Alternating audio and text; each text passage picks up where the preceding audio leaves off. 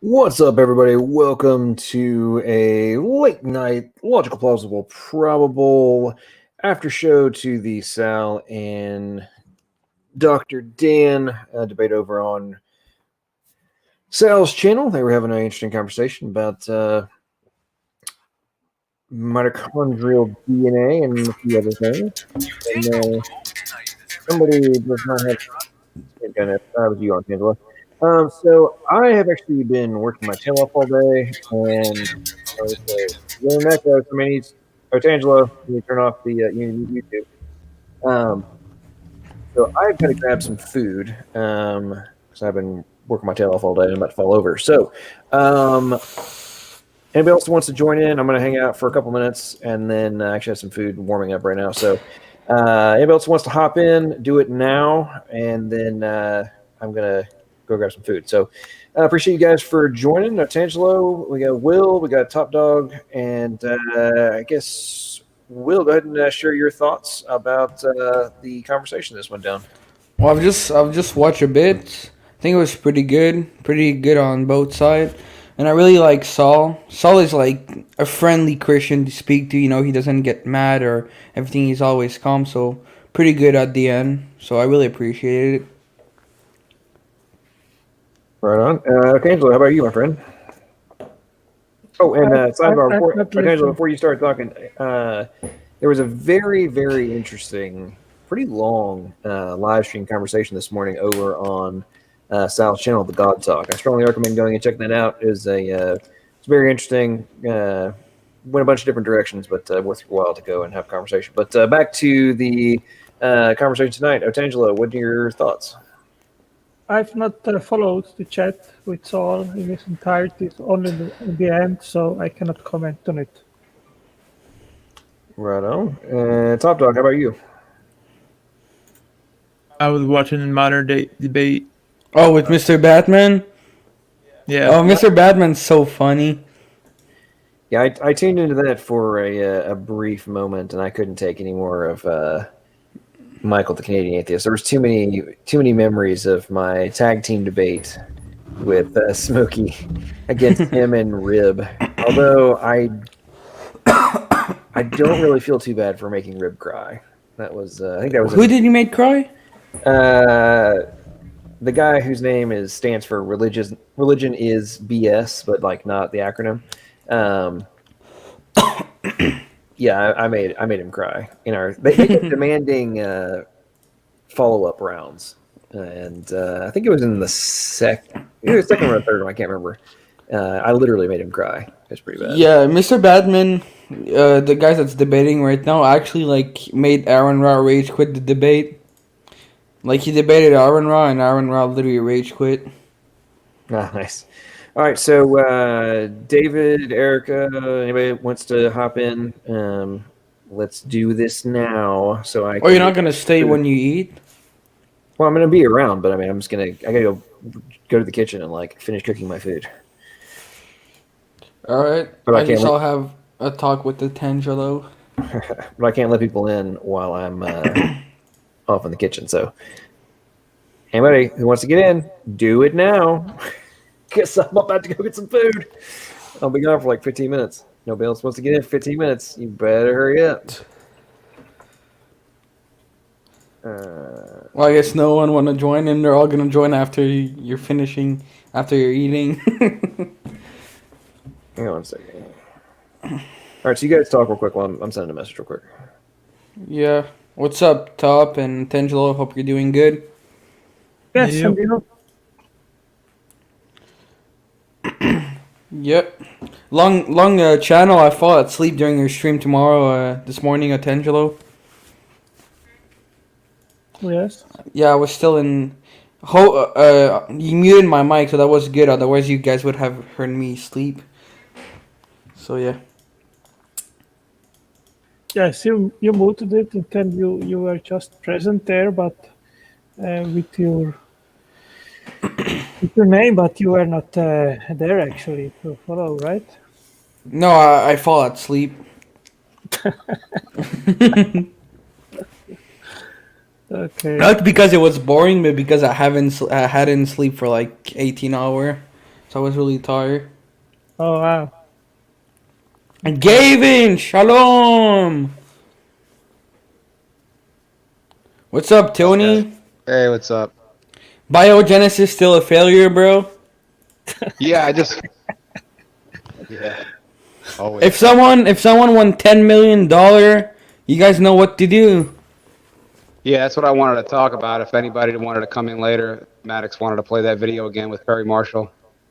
Yeah, do you know they actually wanted to do 25 million in the beginning?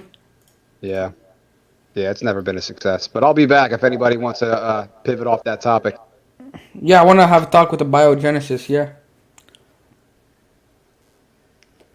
I mean, they could have put any amount as a challenge. I mean, It's everyone knows, impossible. yeah, everyone knows that it's impossible. So Well, untangibly, you see, the thing is, it's possible. You just gotta imagine it. That's all about imagination. yeah, I mean, there are many which don't like that I say abiogenesis is impossible, and I mean if the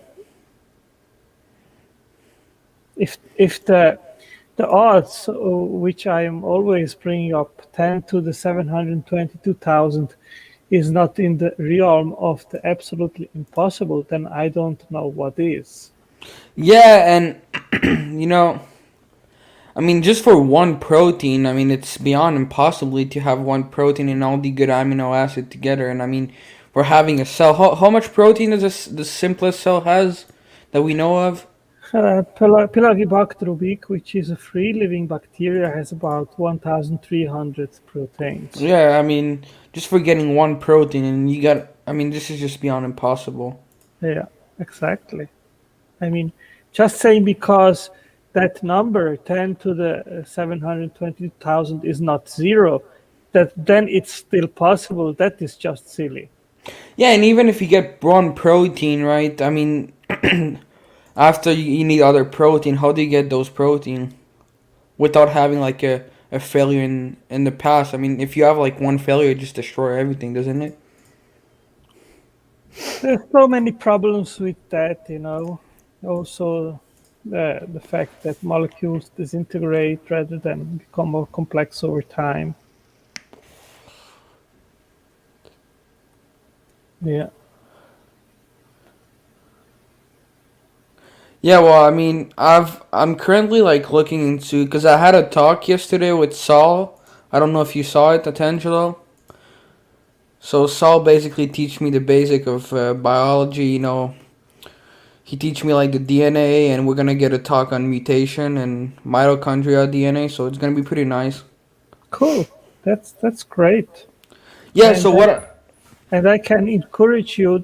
In my experience, if you really want to learn about biology, the best driving motor is to seek to have debates with atheists. And whenever they come up with topic which you do not understand, you go and search for the answer. Yep. So what I was thinking of doing is currently right now I'm just like looking into the mitochondria DNA in the cell, and I'm looking into the ATP synthase. So I'm just like studying those. I can give you a link. I have an in-depth study on that. On Yeah, you can ATPs. send me it. I'll note it down. I'll put it here in the side chat, so you can access it. Okay. Yep. Thank you.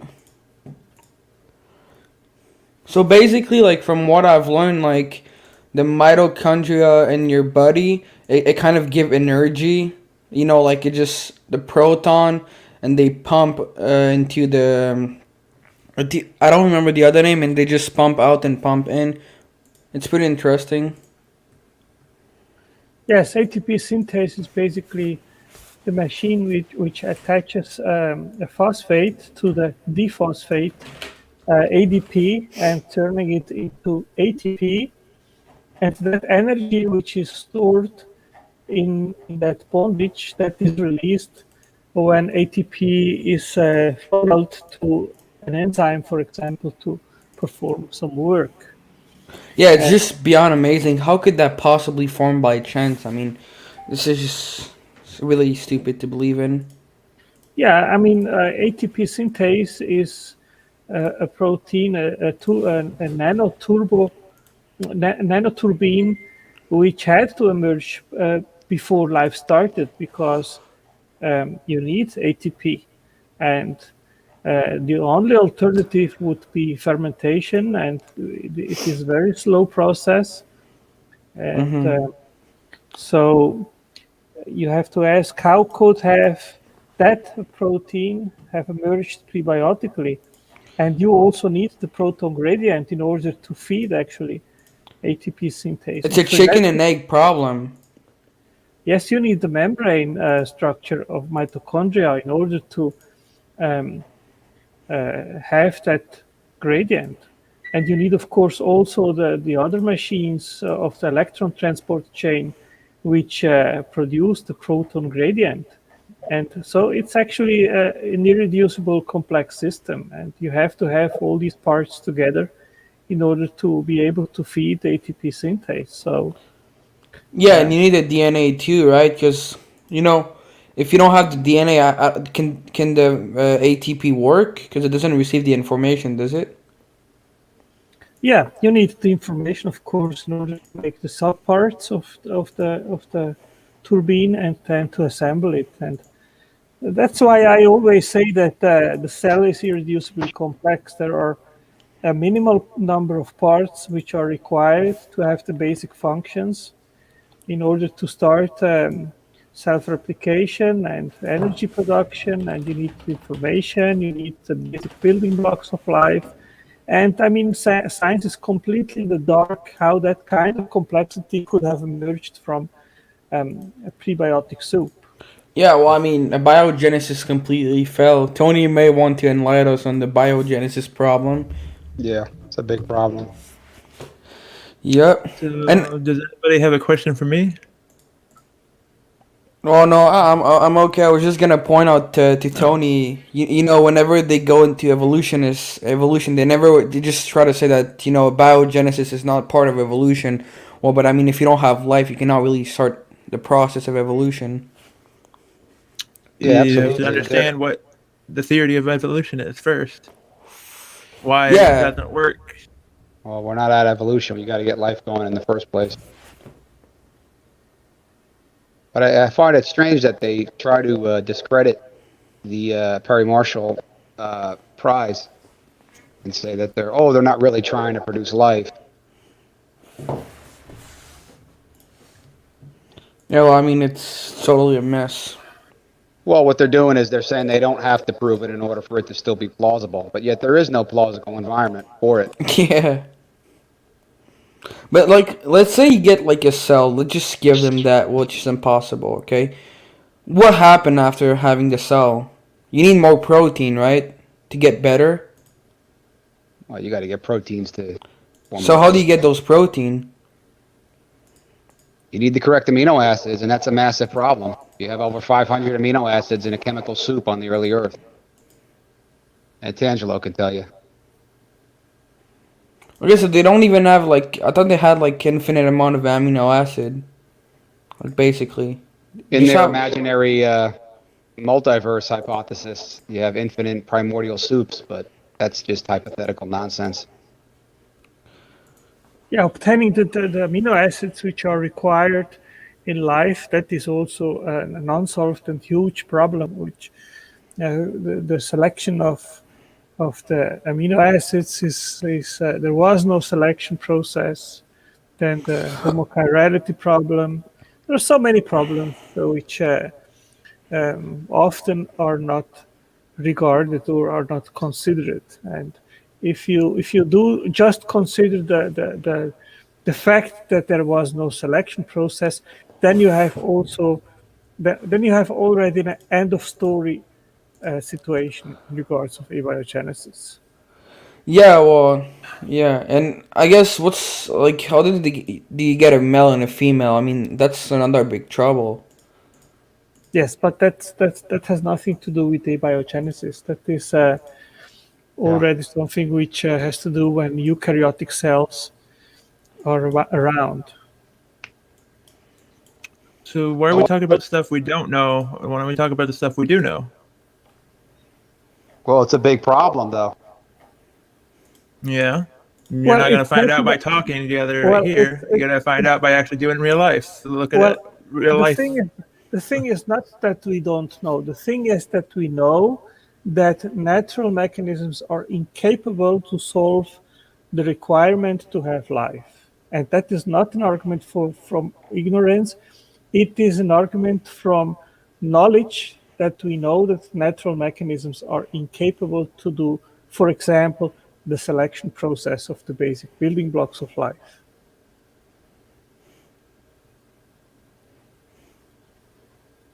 Agreed. Yep. That's just a tiny problem. I mean, it is a huge problem. I mean, even the smallest free living cell is enormously complex. Pelagibacter weak has 1.3 million nucleotides. Well, origin of life researchers are moving away from trying to produce organic life. They want to redefine what life is and produce some inorganic cells and call that life. Yeah, that is another thing. You have to establish what is meant by life. And I mean, there are several requirements. I can put here a link to. Yeah. I think Paul Davies, he made a very good description. I can put it here. Live and life are different things. Paul Davies, what is life? Life is reproduction, metabolism, homeostasis, nutrition, complexity, organization, growth and development, information content, hardware, software, entanglement, and permanence and change. I'll put here the link in the chat, in the side Are chat. viruses alive? Are crystals alive? No, because they require a living host. But the interesting thing about viruses is that you cannot have life without viruses, but you cannot have viruses without life. So there is an interdependence there, and I didn't say life. that is I said also a huge alive. problem. There's two different words, alive and life, and they mean two totally different things. So that's what gets confusing with a lot of people. You either have life or non-life. There's no in between. No, I'm saying alive. Something can be alive without being life. No, that's stupidity. A computer's alive, but it's not life. No, it's not alive. That's not It's life. not alive. I just said that. No, and that requires a power source, and that's not I said organic life. alive, alive. No, that's just plugged into a wall. That's stupidity. You can, up to a certain degree, mimic life through artificial intelligence, but that is just pre-programmed by intelligence in order to behave like that. But it's not alive. Yeah, how did the computer form in the first place? Through very careful, intelligent design. So would you guys say that the simplest cell is more complex than a computer? Far more complex than a space shuttle.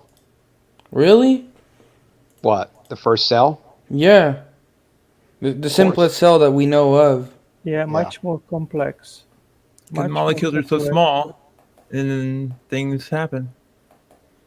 There is even just one protein which is more complex than a computer. I can give you an example. For example, glutamate synthetase. That is a protein which measures the requirement of ammonia in the cell, and it imports and permits the cell to produce the right quantities of the basic building blocks based on the availability also of ammonia. So there is a computation going on. So there are proteins which are literally computers. There is an information which goes in, and they produce an output which then is used in the cell, and they can sense in the surrounding what's going on.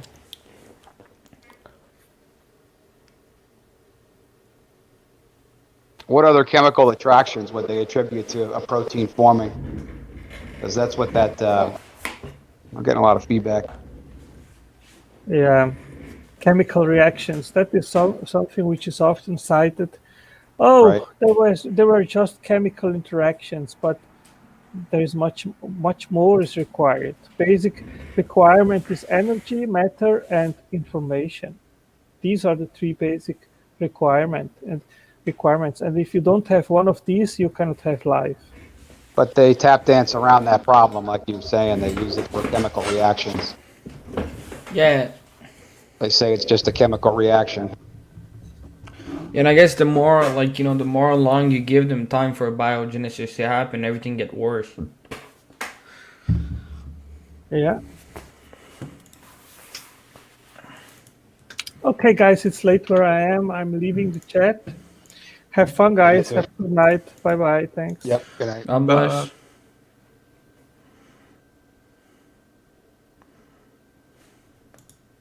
So, any questions for me? No, I'm probably gonna go grab something to drink and be like right back around in 5 minutes. Mm-hmm. All right, give me 5 minutes. I'll be back.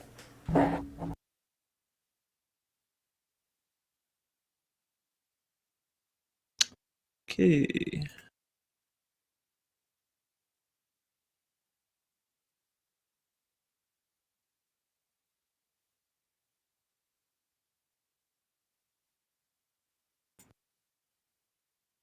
So, watch a good video about stuff. We are at a time in history where we can change the world. What do we want to pass on to future generations? That we just stayed here on Earth, that we didn't look out to find out where we come from and are we alone? No! We want to pass on this joy, this excitement. When a nation dreams big, everything falls into place. Beyond the horizon, over the next hill. That's where we make discoveries. That's the next frontier. It is in us to look farther and deeper. It's deep within us. That is why we are all here. Over the next hill, beyond the horizon. Dream of tomorrow, tomorrow. Long for the open seas, all for this adventure. Dream big, dream big. Dream of tomorrow, tomorrow. Long for the open seas, for the open seas. There are lots of huge frozen worlds caught beyond Neptune. Huge frozen worlds. Seek out these other worlds. Hundreds of other worlds caught beyond Neptune. Caught beyond Neptune. Seek out these other worlds. Audacious visions have the power to alter mind states, to change assumptions about what is possible.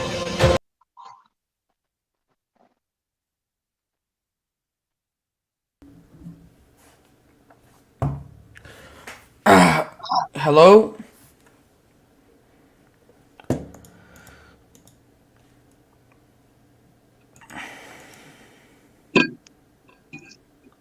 Yo? What was just playing? What? What was he just playing? I don't know. I was going to grab something to drink. I just got back. Okay.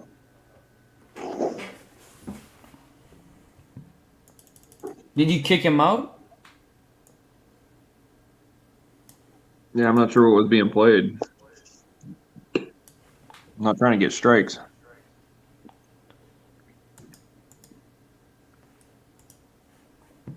Oh, let me go see back on the stream. Let's see what he was playing. Top Dog, don't be playing. Don't play stuff without permission, did they? Oh, there was nothing going on.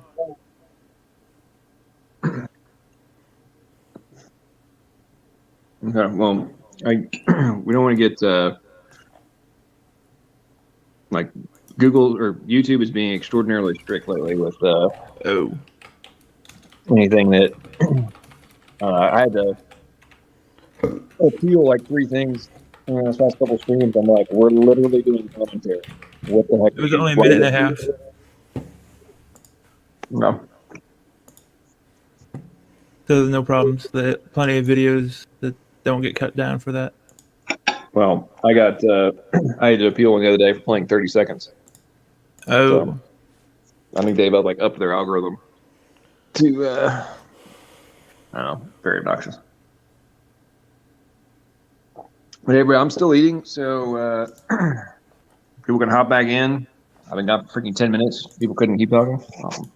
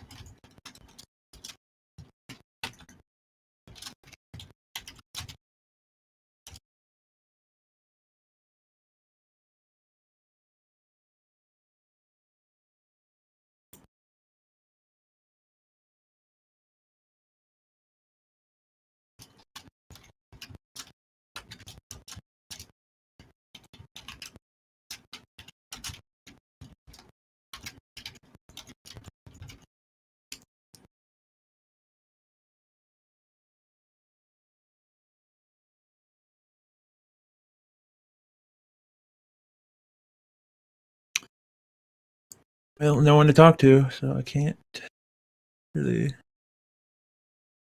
do much.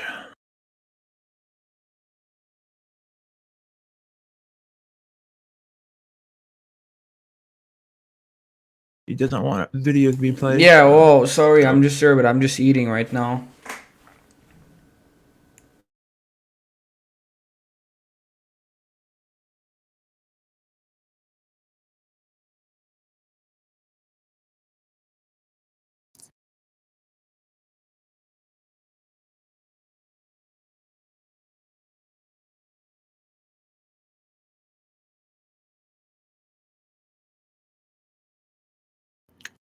We start the stream just to eat. Huh.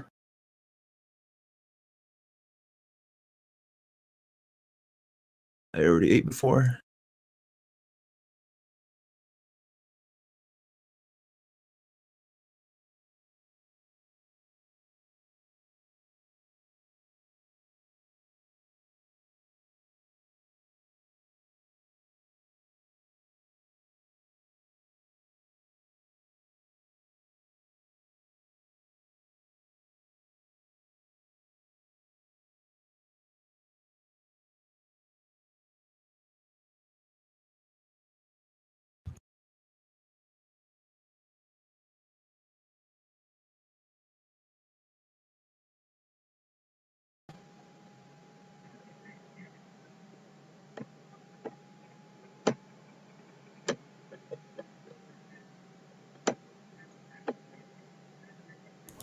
Is that Chris?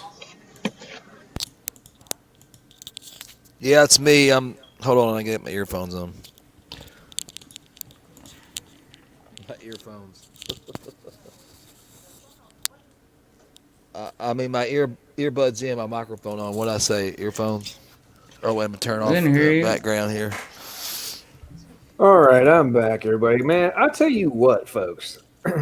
I leave for a grand total of 11 minutes. There's 5 people talking when I leave. What the heck? It was being boring without you, LPP. I mean, good grief. You guys trying to boost my ego and make me realize that I'm that important? Come on now. I just now got the alert a second ago that you were streaming, so I was like, cool, sweet. He's doing a Sunday stream. Yeah, at one point we were, I think 30-something people when I left. People Oh, really? talking, I'm like, what? And I turned my phone on for a second to see what's going on, and I'm like, what the? Man, you guys can't let me eat my food in peace for like 5 minutes? Come on now. Man, you just keep the conversation flowing. That's why you're fixing to hit 1,000 subs. It looks like. Well, I hope so. Yeah, 14 to go. We'll see what happens. I think I'm sure I have another spoof account somewhere. I can get you another one on there. So, come on, people. I know y'all got some sock accounts out there. Let's get it to 1,000 tonight. Let's do it. We'll party this week. I just needed a question.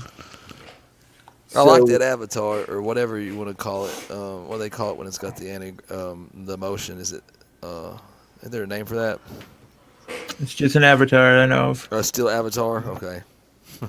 It's just like a dynamic avatar, like Yeah, React. dynamic. That's what I want. That's what it is. He should put a dinosaur. Where do you get that off? OBS or Steam, and it's Face Rig. It says right on my headset there. He just looks over as he says that. Yeah, we can't see words on your head. Yo. My Dapper Dino or Dapper Raptor. You need to put a You need to put a diaper on that dinosaur and be diaper dino. I don't know how to do it. Really, it's just the simple stuff that it comes with. That I had to customly actually make it precise to make it look good. I haven't had time, but I know this week for sure I'm gonna. What would you say it was? I wrote it down. Start with a C. What did you say it was, John, that you use to do some of your backgrounds? Oh, Canva? Yeah, Canva. Yeah, I saw that that was kind of recommended in a couple places. So Yeah, Canva's legit, and there's a lot of different things you can do with it. yeah, I watched. All right, YouTube video. Go ahead. So for those of you in the audience, if I have time tonight, I will finish it up. If not, at some point tomorrow, I am going to unveil the code argument, which is going to be a formal logic argument in relation to code and its significance for our very existence. And I will be, as part of this, I'm issuing a formal challenge to any of you who want to respond to the argument. And the only provision of it is that you must operate from the perspective, since we're basically atheists and agnostics love to argue hypotheticals, right? So this is, or the irony of ironies is my argument is actually based on fact. But we're just going to operate from the perspective that in the hypothetical context this is being put forth, the genetic code is a literal code. And then you have to come up with an explanation as to how my argument is false while operating from that assumption. And I'm looking forward to hopefully getting a few remotely plausible responses. Yeah, it'll be interesting. But make sure you actually watch the video and don't just respond like the average atheist dumbass who doesn't actually watch videos all the way through before they comment. It's very ironic. The number of times I've literally put caveats or like, hey, let's see if atheists actually make it through to this point in the video. The code is X, and then they, of course, don't. And I get a big kick out of it. But in this context, I think it should be interesting. I've already had people talking trash to me today about it, and while simultaneously admitting they don't know anything about information theory, which I found very fascinating. I'm like, hang on. So you are categorically denouncing my argument before you've read it, while simultaneously admitting you don't know anything about information theory and have never studied it, never read a book on it. Yet you can debunk my argument, which you have not yet read. If that doesn't speak to significant levels of brainwashing, I don't know what does. In conjunction with Droid C at a epic level, and being dramatically exacerbated by Atheist Fantasyland Projection Complex. I mean, these different things I keep coming up with. It's amazing how much they are just extraordinarily descriptive of what's happening in the YouTube atheist community. Have you guys noticed that at all?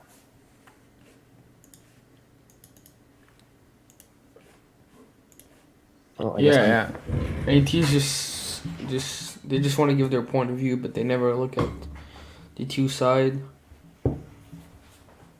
Yeah, very true. Very true.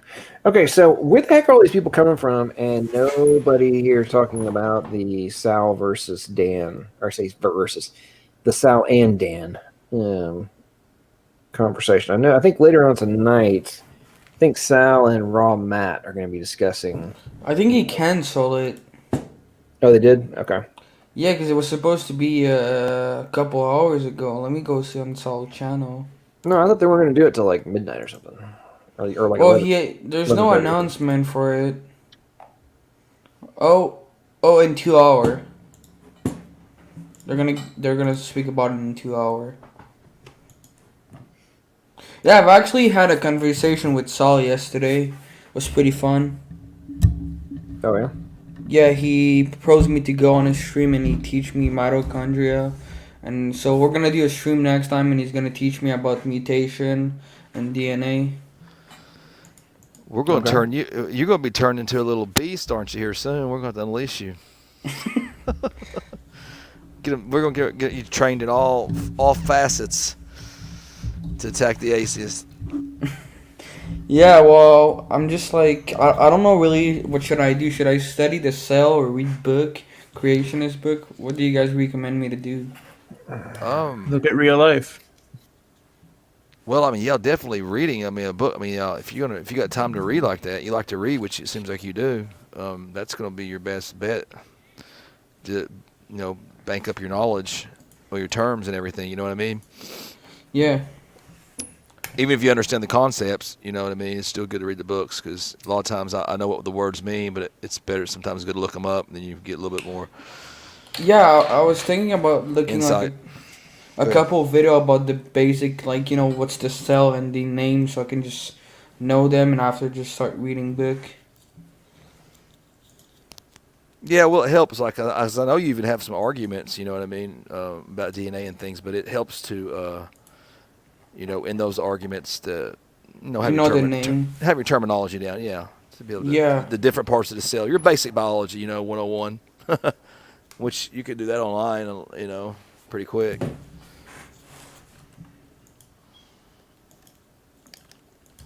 That's what I understand. The atheists act like the theory is so hard to grasp. It's not a hard theory to grasp. I mean, you don't have to be, like they teach it to you in grade school, and it doesn't get much more complex, even in biology when you get into college, unless you go into, unless you're going to go in that field of evolutionary biology. Yeah, I want to get like a PhD in biology. You're thinking about going into biology now? Yeah. What kind of, to do what, like, in biology? I don't know. Just like I don't really know yet, but I really like it's really interesting that like marine biology. I mean, what do you like? What part of biology do you like? Like the cell and all that type of stuff. Okay. The mutation and all of that. So molecular biology. Molecular, yeah. Yeah. Or my accent, molecular. Molecular biology, yeah. Well, molecular. The interesting thing for me, and I wish I would have known this when I was a kid, because I've thought about that many times. Like, if I had to do ever again, would I have gone into biotech or something of that nature? As I find it, I found general technology extraordinarily fascinating. Same, yeah. And it's what led me down that path. But in this context, I'm like, now that I realize that the technology that enables life to exist is so far above the coolest things that we come up with. Yeah. I think back to the time, in my mid-20s, especially when I mean, just the amount like, when smartphones came out, and there was an app for that every 5 seconds, and then I was obviously working in I had a company that we were building that kind of stuff, and I loved learning about the latest and greatest API access, the new platforms had APIs that you could like connect into their system and do all this cool stuff, and what kind of the premise of helping people come up with both my own as well as helping other folks, their businesses and stuff, come up with ideas of ways we could leverage what was possible in order to create something that was novel and solve a specific issue. And when I think about that in relation to biological systems, it's like, man, this stuff is so. I can only imagine trying to come up with the user stories for. Yeah, I mean, it's just beyond amazing. Are you guys familiar with what the term user story means? No. Okay, so in software, when you're one of the many things you do in project management is you create a user story. So, and you might have multiple user stories. You have like the super admin user story, the admin, front end user, member. There's all sorts of different possibilities, right? And for each path through the application, you are creating upon login, user will see X. If next, function is this, then put here, you're describing, the path, both in a much more like understandable manner, right? Yeah. Versus you're doing a strict diagram. It's like if then this, and you're doing like arrows, and you're creating out the logic flow of where the different functions are going to take place and what function you need here to solve this problem, and if they make this choice, what's the secondary sub functions that we need in order to account for that new path that they're going in, right? But once you mapped all that stuff out, then you write up like a much more for a human, right? Much more eloquent description, if you will, and both the developers and the design team that are creating the aesthetics and stuff, like they're reading that stuff, right? But to me, when you really think about like what's going on in life and really what the papers are for what we're quote unquote discovering, right? We're basically writing user stories of what we found out. Like we're being able to map out now. We're not actually the ones that are creating the diagrams that then get turned into a user story. We're just mapping out, we're reverse engineering what the diagrams are, right? Of the functional paths. And then scientists write these long-winded user stories in their papers of like, well, here's what we discovered that it does, and then this is what happens first, and then that, and then so and so, and then this context, this other thing comes in and does this and this and that, that kind of thing, right? And to me, that stuff is way more fascinating than anything I ever did in software.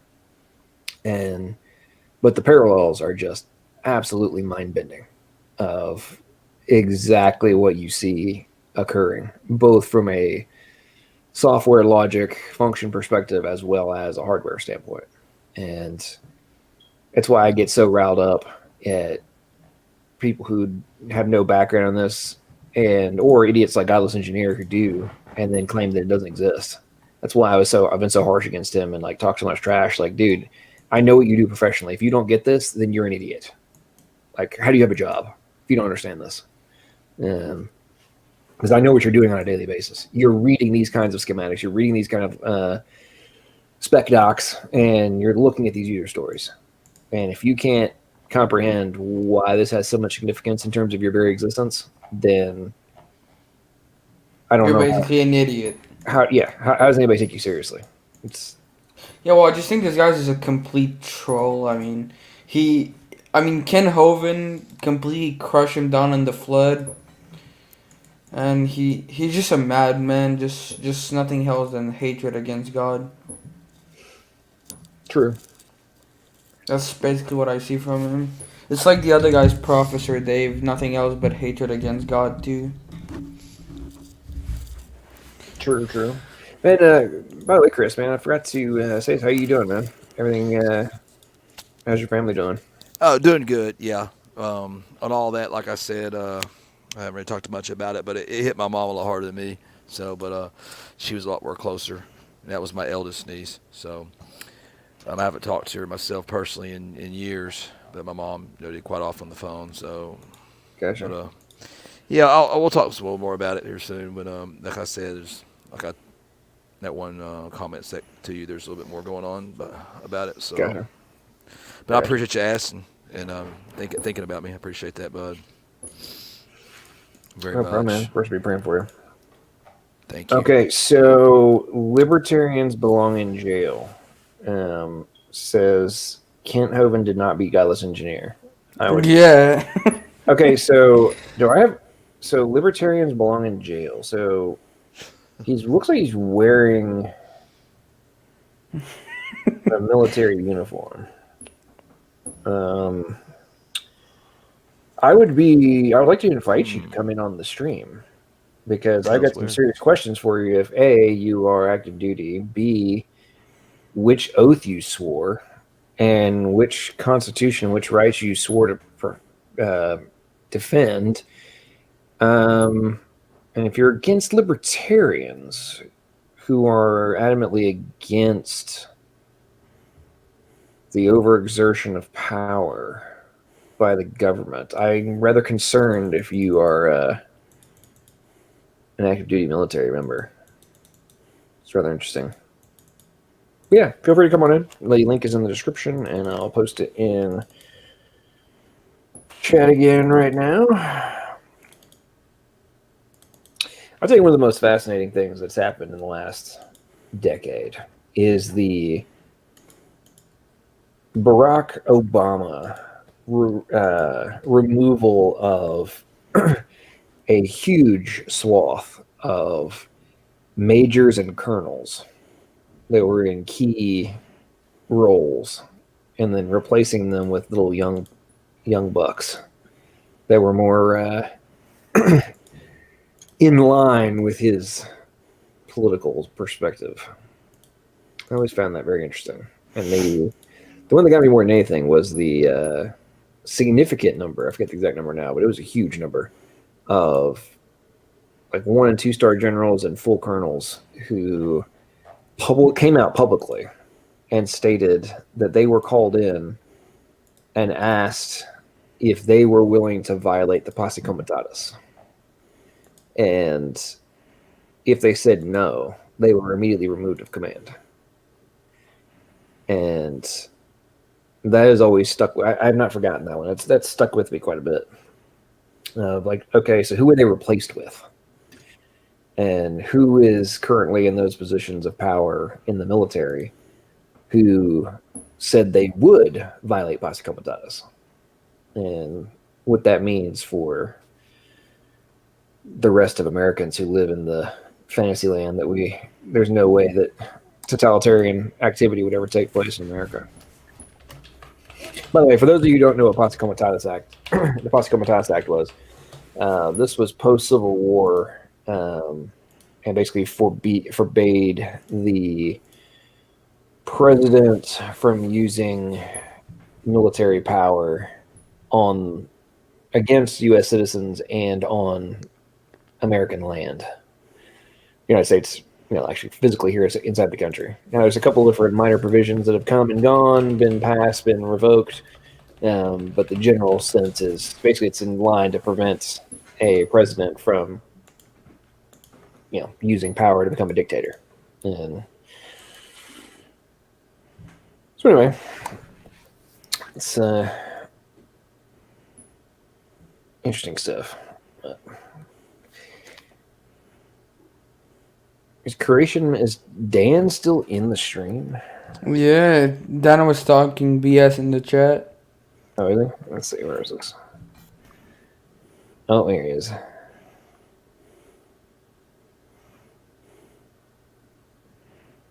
Okay, well, it says, hey, this is boring. Can you go back to the chat sound I just had? I was getting bored with Dodgeball Dan. I'm hoping y'all have a new nickname or something. I have a new name for you, Dan. I teach false signs. Yeah, I was going to change. I forgot to change mine back from the other night. I just now noticed it. Yeah, you were the frame shifted Diet Coke the other night. Yeah, I almost I told Doki, I was like, yeah, I could just about. I think I could evolve in your name. Doki. It was Doki Seek or Teak. That was it. TEC. You get that out of Diet Coke. Doki. TEC. But you had to have some foreknowledge, though. You're not going to get that by accident. Now, maybe you could that. What is that? 8 letters randomly shifting around. Yeah, I mean, it's within the realm of possibility. But, I think something people forget about is what happens during that time when to that gene that it gets altered. But go ahead. Well, yes, in that context, but also in relation to to a codon. I'm talking about in terms of the information side of the equation, right? You've got to account for three. We think about it in English, right? Oh, I got to account for the letter. These one letter is just shifting back and forth, right? In terms of the codon, you have to account for a set of 3. Well, actually, it's really 6, but for easy math purposes, 3, right, at a time. They have to be the same. And people just totally forget about that whole component from an information theory standpoint that just completely creates a whole new set. And then you think about like in modern computer systems, you've got block coding and all these different things to account for efficiency, but you also have to account for if you have shifts in it and you're doing block coding, then you could have a major cascade failure. But then it's okay if that's going to happen. Fine. All right, let's put in error protocols that enable us to read things in context based on probabilities and all these different things of what's the likely next position. But then in order for that to be expressed and interpreted and translated, you have to have the components on the other side of the equation that are pre-configured to be able to recognize and account for those variables. And that's why, to me, when you think about this in relation to what's happening, what's known to be happening inside of biological systems and cells, like we know this stuff, the exact same thing is happening. So are you arguing that logic and those functions can occur in any other context, not from do chemicals repeat? It's like I care less. Like, can they replicate? Like, you have to account for these from a literal perspective. And I honestly wonder if people just kind of forget about this and like toss it out the window in terms of their own conclusions. And I really think that a lot of biologists do not even think about this in terms of what they're actually quote unquote concluding happened or needs to happen for XYZ to have occurred through undirected process. Like the level of hypothetical is reaching the extreme and the utter absurdity, in my opinion, at this point. What were you saying, Chris? Oh, I kind of lost my train of thought. I was in response to what you were saying, but anyways, I saw Dan Creation Science in the chat. Hello, Dan. I see you. Maybe you can come in the chat and bring me up to speed on the soft dinosaur tissue. Well, did you see that the other night when I was talking to Knock? You were cracking up in the chat. Knock was off his rocker, didn't I? Yeah, he was triggered. He'll pull that up in the video and act like I was triggered. But I've got him about 5 or 6 times and tried to correct him. The fact that he doesn't even know what the iron preservation hypothesis is, or couldn't even think of it off the top of his head, even remotely what it was just evidence that he's not even he believes he's some kind of quasi authority on the matter, since he's had a back and forth with Matt Powell, but Matt Powell's doesn't really know much about it either, from what I've seen, just what he's pulled off YouTube videos. You know what I mean? And I just thought it was funny, but yeah, I liked it. I've got that little paper still got a site from what he. And here's the other thing, is they try to act like the only soft tissue that's ever been found is the one in relation to those articles. And that that. Well, no, here before you say that, what's funny is like, you know how Gooseman got Matt Dillahunty the other day, Yeah. because he's act like it was like very rare, and it's not rare, and actually Mark Armitage predicted it would be the norm. And then now Rage is saying, well, I'm like, when I told him, he's like, well, yeah, I mean, that's what we would expect it. Once you find it in science, well, you'd expect it everywhere. It's like, what are you talking about? Why would they, who in the world right mind would it, if it has expected to find soft dinosaur tissue? Yeah. Well, I mean, I thought Forsall were taking million of years to form, right? Here he goes, a million of years. But his paper he cited, he's like, I'm the only one providing science. I've got it right here, and you read it. It's nothing new. There's no new hypothesis. So I don't understand where. If he actually does that debate, he's gonna get destroyed. Who's gonna get destroyed? Not Raging Atheist. Against who? Me, if he does it. But Raging Atheist, dude. Raging Atheist, like, dude. He'll have somebody. I don't know. He claims he doesn't, but I think he has like people write his anything like he would have. Like if you're doing a time debate, you have your introduction. Oh, they will write what he need to say. But I'm gonna do a discussion with him. I'm gonna X that out. He's not gonna have nobody feed him information because I'm gonna be questioning him from the get go. Yeah, I just don't understand how they want to claim, like they're so adamant about radiometric dating being accurate, right? Yeah. But then, oh no, there must be, and there's no exception, right? There's nothing that could have possibly sped up or slowed down half-life, right? In that. I know, yeah, that's what I was saying. But in relation to fossils, oh no, half-life's out the window. Yeah. Well, we all recognize that there's an opportunity for, variation. I mean, we see it with enzymes all the time, but not in relation to fossils. Yeah, like millions of years tops, dude. Tops. You know what I mean? That's like you're not gonna get any. That's like that's tops. Yeah, how does they explain like the dinosaur tissue? What is their dodgeball they're coming with? Well, I mean, it's basically that's what I was asking of Dan. He might not be in the chat anymore, or anybody else. I've got the paper. I can cite it I'll put it in the private chat. Yeah, but, and whenever we come like with those type of stuff supporting creation, they'll say, "Well, it's what evolutionists have predicted." Well, that's what he did. Yeah, I mean, it's just.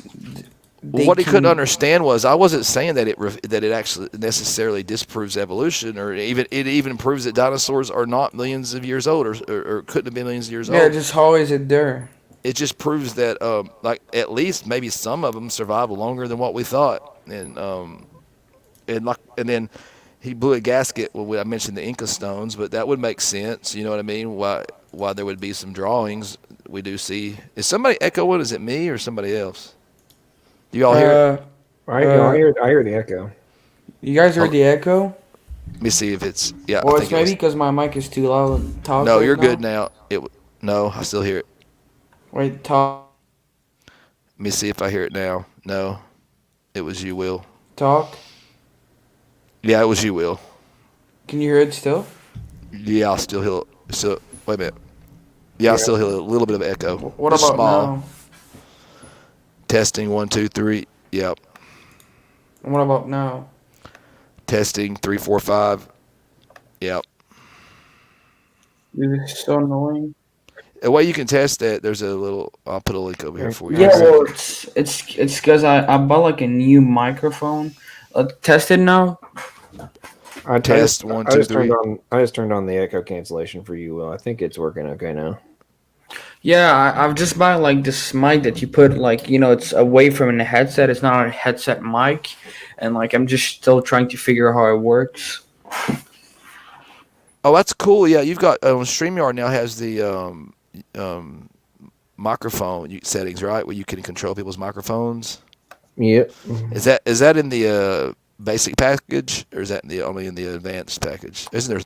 Yeah, there's. I'm not sure. I don't know. I'm in the middle one. Well, I got the middle one, but they called it an essentials package. I got it for like the Cyber Monday type deal. So yeah, I remember that. So it basically gives you the same thing as you got, but you just get a discount, I guess. The only thing I found that they said that was different is they'll still put a StreamYard logo up there, but they won't put the big one up there with they just put like a small one, streamlined one. So they're gonna get their advertisement. Do you still hear the echo now? No, whenever he did that echo cancellation. Yeah, I turned it off. mean, I don't have any echo like on every other like. It was Discord very or light. anything. Yeah, it's just on the server, and for some reason, like my microphone on StreamYard always like turning at 5% in my computer setting. It only do it on StreamYard. One of those annoying little codec differences. It's amazing how those little codes can make things so much different. Isn't it? Yeah, Really is. Really is. Error. Oh, sidebar. So I just for fun, I decided to reread Introduction to Information Theory by John R. Pierce. And I had forgotten, like there was like new, I read the original years ago, and there was like a re-release of it with some slight modifications, you know? And I was like, oh, okay, I'll get the updated version. So I'm going through it again, and I get to this one portion, and it's cracking me up where he does this whole exposition on this is specifically in the section on coding and encryption. Yeah. Literally goes into this expansion on the genetic code and the process, how information theory directly applies to genetics, and all these different things. I'm sitting there cracking up, like, yep, yet another high-level source that just reinforces the argument that I make and points out the stunning ignorance of the average atheist. At least the average YouTube atheist, that is.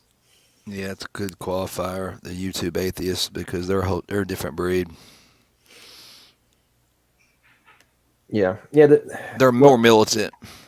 Well, I've actually been considering, as you know, I've been coming up with these different like random fun little deals, and I think the new one I'm going to work on, next one I may do is going to be ARID. A-RID. So it's Atheist Reduction in, ARID, sorry. Atheist Intelligence Reduction Disorder. And basically we'll focus on how atheism literally reduces your critical thinking and ability to have high-level comprehension. Is this a different one from you had the other night? Now you have 3 of them? 3 monikers? Okay, so three acronyms? Droid is desperate rejection of intelligent design.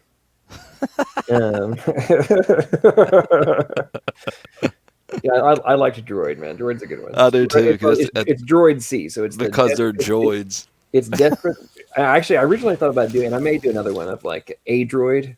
So like atheist, desperate rejection of intelligent design condition. Because it's Droid C, right? It's the original version. I thought about doing a droid variation, just for fun. But So, do you know the pattern-seeking mind? Understand what that means? So, what are you saying? The pattern-seeking mind. How that works? Yeah. How the brain can misread things and naturally happening as a pattern that's intelligent or something. So, like physics and stuff can sometimes make things like sand dunes, like patterns in the sand. So you'd think that somebody could think it was intelligently made or something, stuff like that. Yeah. So how would you think? Are you actually going to come to the conclusion that a sand dune and a collection of Sherlock Holmes by Sir Arthur Conan Doyle book, are you actually going to make the position that somehow I might misinterpret one being from a intelligent agent and the other one not be? We know that intelligence makes books, though. We don't know intelligence makes life. Do we know that intelligence in any other context makes codes? Codes are pattern-seeking thing. No. Codes have very specific delineations and functions and prerequisites.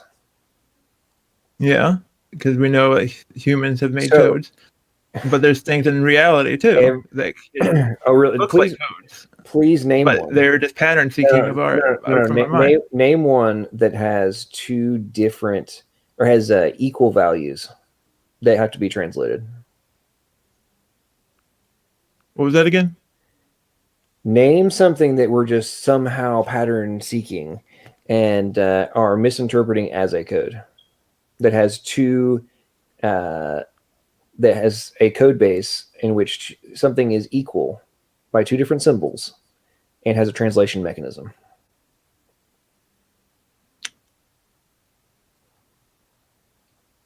Well, the symbols are something that derives from the mind. The pattern-seeking thing. Okay, do you even know what a code is? I explained it. Is it something that? Well, I guess there's different versions. The code is something that we made, or our minds, or it's a repeating thing, or whatever. No, a code is something, it's two different things that are represented by either impulses, signs, or symbols. Okay, you have two different code bases. One, this symbol equals object A, and this signal equals object A. And then if I have to have a translation mechanism which interprets that signal A is equal to object A, so that receiver can translate signal A to be equal to signal A, or sorry, to object A on the other side. These things, this is a fundamental component of what is a code. Like, this is recognized beyond all doubt. There's been, I mean, this is something that's been around and fully, clearly delineated for over 100 years, 150 years. If actually way longer than that, actually, for thousands of years. But I'm talking about from a purely academic perspective. This has been, and a mathematical one, this has been delineated for 150 years and majorly delineated since 1948 with Claude Shannon. I mean, Could there be something in nature that does things that look like code, like repeating patterns and stuff? Okay, so repeating patterns do not equal a code. Just because something repeats in a pattern does not make it a code. You have to have values that are assigned to a pattern that can be translated into a different pattern or a different symbol. Like, what do you think is happening when your brain is interpreting the pressure that's going on your ear and the vibrations from a word?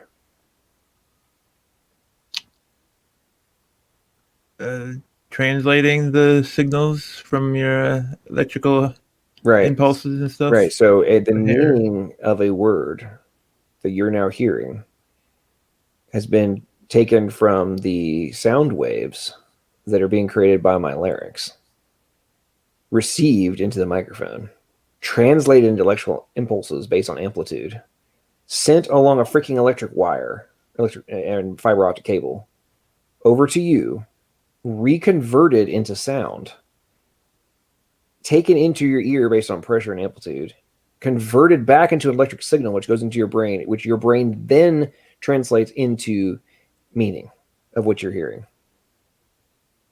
Right. Do you think that's just random patterns? I did say that humans can make the code too, didn't I?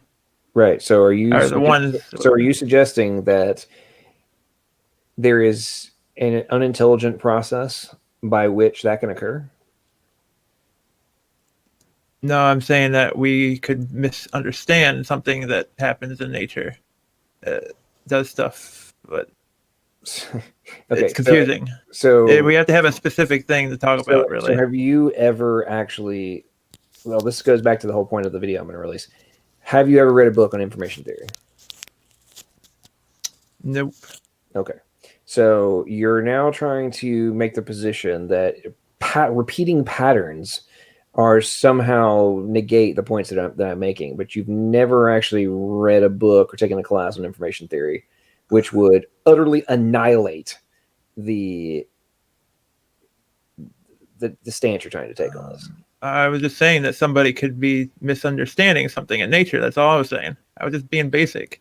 Right, but I'm literally made this How point over and over and over again that when it comes to codes, you're not just misinterpreting. You might not know what it means, but if it's actually a signed code, a literal one, then there is no like.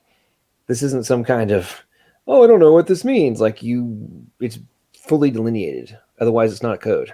Like values have to be assigned to each side of the code base. Like Could somebody try to make something out of nothing or whatever? Something because their pattern-seeking mind can make up stuff. So okay, so let's think about let's think about what you just said. So you're saying that let's say you have a pattern-seeking mind that can make up stuff. Is there an intelligent agent making stuff up? The one I'm observing. No, answer the question. Is the person who is sitting there making stuff up through their pattern-seeking mind, are they an intelligent agent? Of course. So is an intelligent agent the one that is making up this code?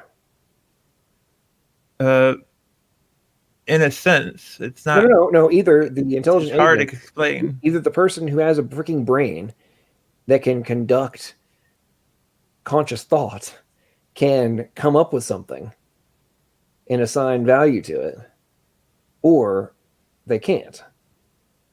But it came from reality, the original source.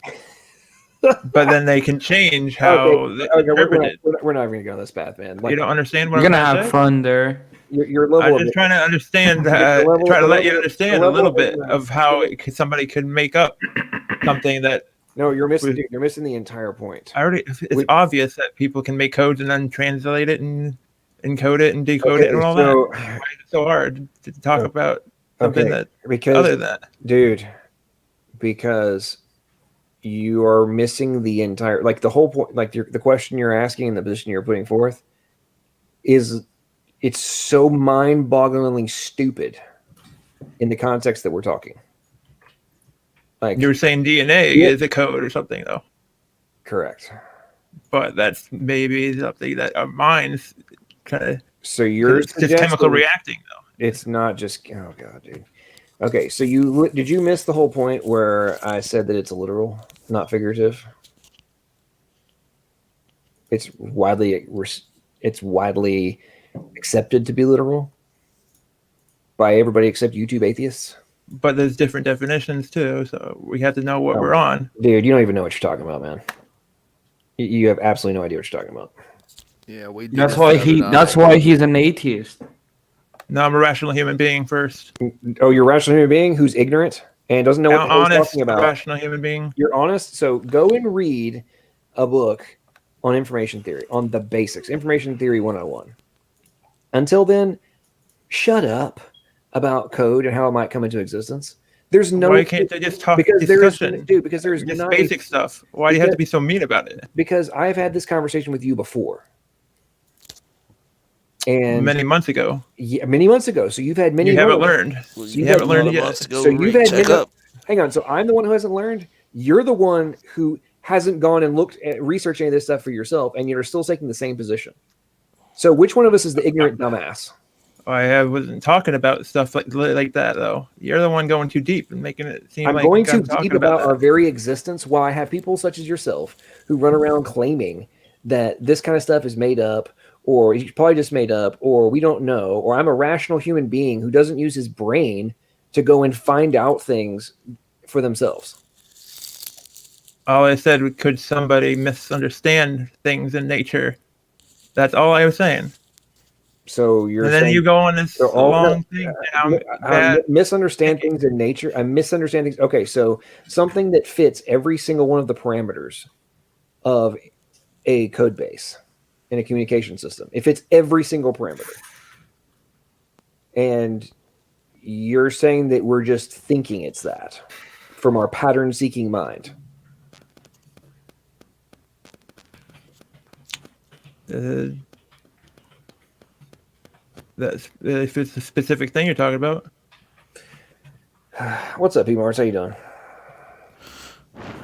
I'm well. I just kind of wanted to say, like, I saw your comment about Christian anarchy earlier, and I can understand why you'd think that, because it does seem like an oxymoron. But I don't know. The reason I became a Christian is because I think love and freedom are awesome, and I think if you do like interpret the Bible correctly, it is Jesus is an anarchist, a nonviolent anarchist, and like the early Christians were anti-authoritarian, anti-military. Hold on, P. Mars. Hold on, bro. Oh, sorry. Okay, so is Jesus Christ going to be an anarchist when he returns and is the king of the world? Well, he doesn't serve a human authority, right? What the?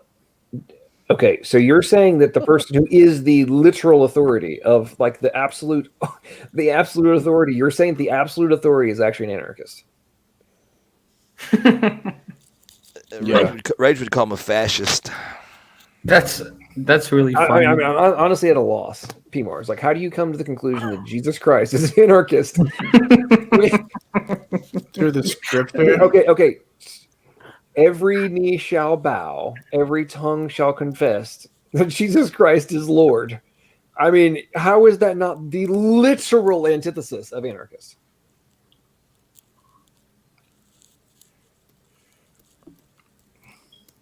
Well, you have to like understand the whole context. Like, you can't just like cherry pick something like that, right? How am I cherry picking, bro? Like, please, I'm going to show within the context. Please counter me. Please counter me. Bible. Explain the context of that particular verse. I'm not familiar with, but I know I'm talking about like the scripture. No, the entire Bible. Please. You want me to explain the entire Bible? No, I want you to explain. I want you to find one. I want you to please insert an argument of your choosing that shows that Jesus Christ is not the ultimate authority under which humanity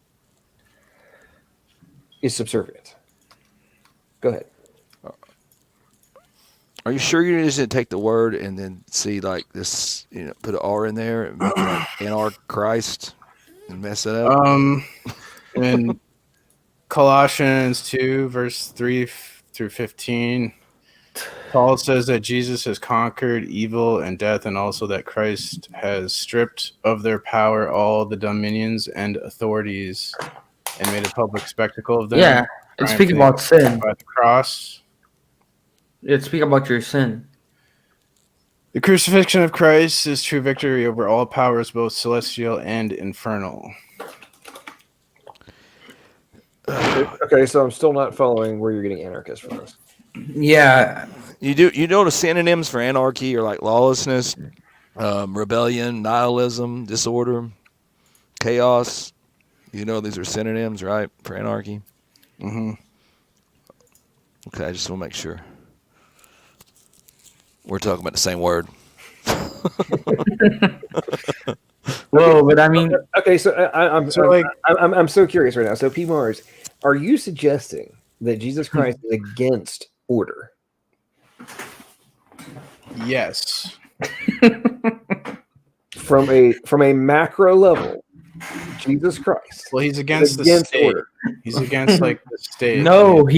No, that's literally false. Romans 13, God gave the authority to the state to put people to death. I mean, this is so ridiculous, Mars. Well, if you believe that, then you would have to support Hitler and murder Jews because that's what God wanted. No, because it did not do anything that go against God. But if you go look at Romans 13, God says that the authority is righteous for the judgment. So the authority, if they were following the Torah, they could be putting murder to death, stealer. It would work as the same thing that the laws of God institute. But they don't choose to do that. So God is not an anarchist at all. I mean, this is just so stupid. I mean, it doesn't make... Dude, Jesus literally was Romans... an anarchist. Dude, literally Romans 13 destroy your worldview. Like God want doesn't. order. Dude, God don't want you don't order. understand Romans. God want order to be put into the society. That wouldn't make sense. He doesn't. You don't Wait, understand so Romans. you're saying to me, May I wait a talk? second. You're saying to me that God want everyone to go sin and do everything around? So you don't understand Romans because like Paul is addressing this church that's extremely anti-authoritarian to the point where like did you know like the early Christians refused to run for political office to the point where Rome was having difficult time filling magistrate positions. Another thing, the early Christians ended slavery, right, in Rome. Something that atheists never want to talk about. They want to just talk about all the cherry pick the Bible and say it supports slavery, which it doesn't. Christians ended slavery. So Well, the Bible doesn't support slavery. but the atheists say that. But so like the state was trying to murder Jesus when he was born. King Herod was Yes. trying to kill Jesus. What's the So point? right at the beginning of the story, the state is against Jesus, and at the end of the story, the state murders Jesus. The early Christians were extremely anti-authority. But you see, you got to understand is because they might have viewed him They were as rebellion against God. anarchist does not mean he was an anarchist. You know what I mean? Yeah, and And here's so the thing. Romans 13, Paul is addressing a church that's extremely anti-authoritarian, and he was admonishing them to be loving of the authority and reminding that the authority is just human beings. And it was about loving your enemies, not about just like because Paul didn't follow the authority. Paul was resisting arrest when he wrote Romans 13. He had to hide in a basket to escape arrest from the city he was in. Let every soul be subject. So you're calling him a hypocrite, basically, because you don't understand the context and the history. Let everyone be subject unto the higher powers, for there is no power but of God. The powers are to be ordained by God. So God ordered powers on the earth. I'm going to give an example.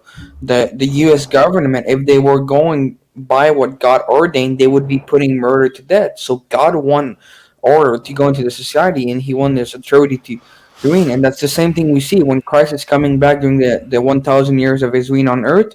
Murder will be put to death. We'll go back into the Old Testament laws. People will be put to death for what they do. So your point is just so stupid. I mean, it's just a lot of ignorance.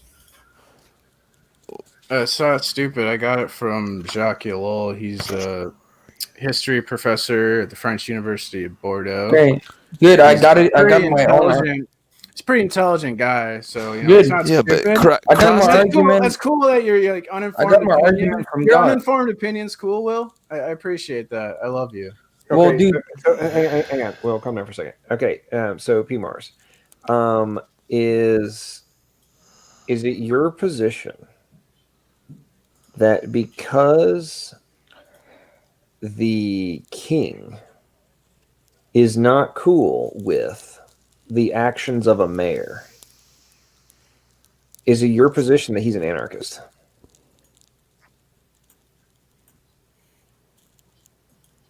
No.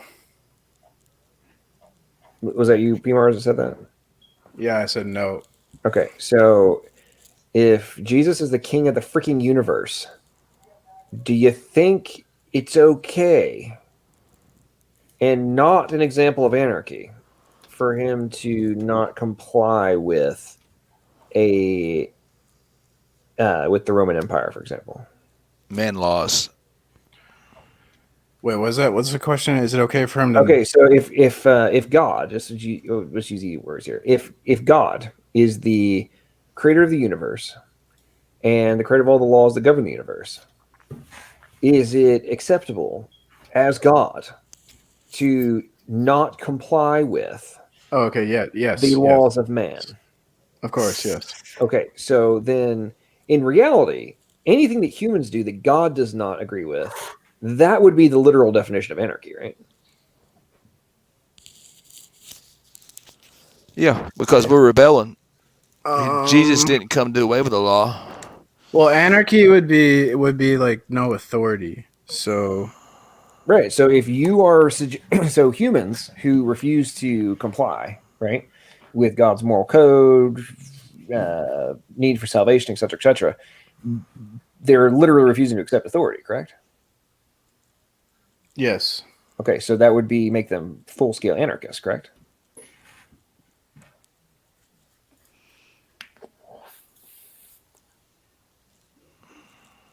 You're on mute.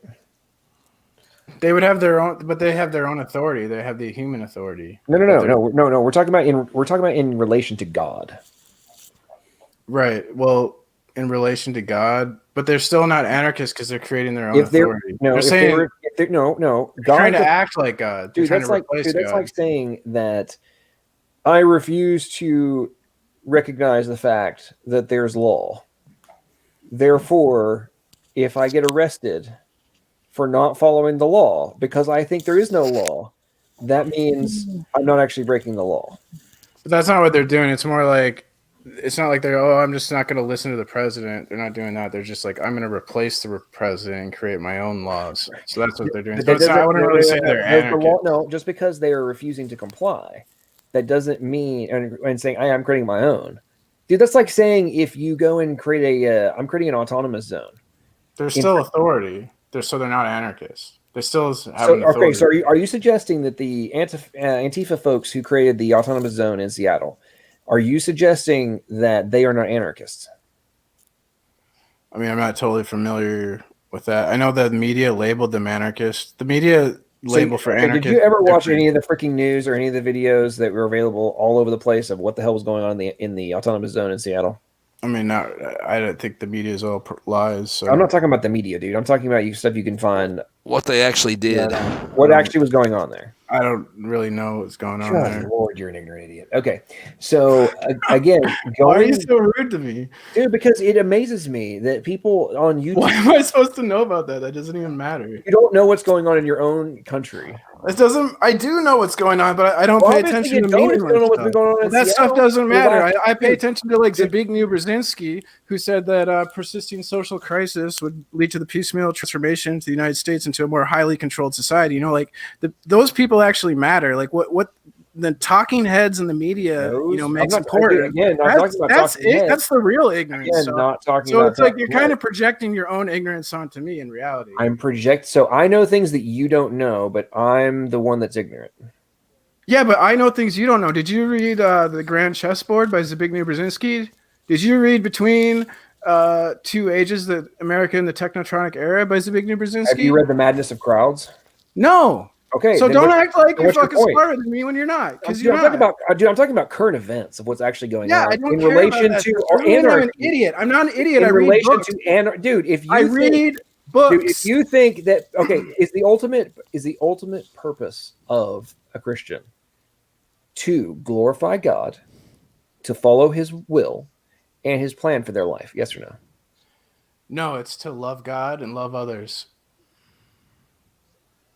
Okay.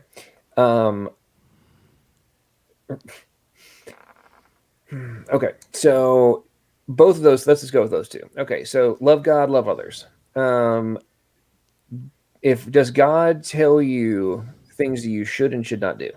Yes. Okay. So does that mean that you're ultimately placing yourself in servitude and under the entity that is God? No. How so? Well, God gives you good advice. He's like, this is the best way to live, but He doesn't like force you to live that way. Right. But you're not. Okay. So God is not being a authoritarian. No, He's not authoritarian. He's like your buddy. Well, He's your father. He's the father. Okay. So just because He's not throwing you in jail for refusal to comply, does that mean if you refuse that you are directly going against what is the plan? Yeah, because if you don't follow His plan, he's probably not gonna. You're not gonna consider him your buddy when you meet him face to face. No, if you don't follow His plan, He still loves you. He's unconditional love. He never stops loving you, no matter. Like Paul was killing Christians. Yeah, but you're gonna have to deal with the wrath. Jesus appeared to Paul. Paul was doing. None of us has done any of the evil Paul has done, and Paul wrote pretty much the whole New Testament. and Jesus appeared to him.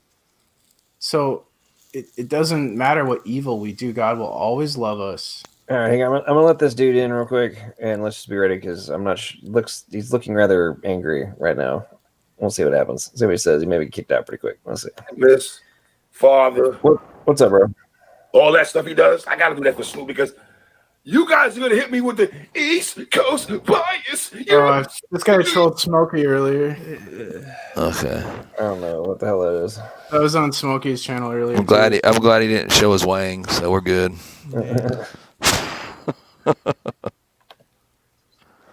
Okay, back to the question. What was you're at a good point. In all seriousness, man, is God the ultimate power? Yes or no?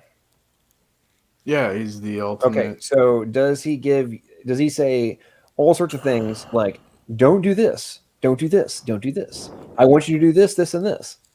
Yes or no? Yes. Okay, so if you categorically refuse to do so, are you being an anarchist?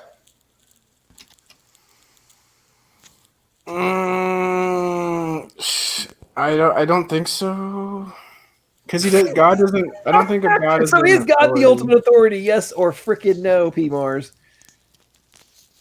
I mean, he is in a way. So if he is the ultimate authority of the universe, just because he isn't going to throw you in prison for refusal to comply, does refusing to comply and refusing to accept that he is the ultimate authority and you should do what you're told to do, how is that not anarchy in and of its like fullest definition?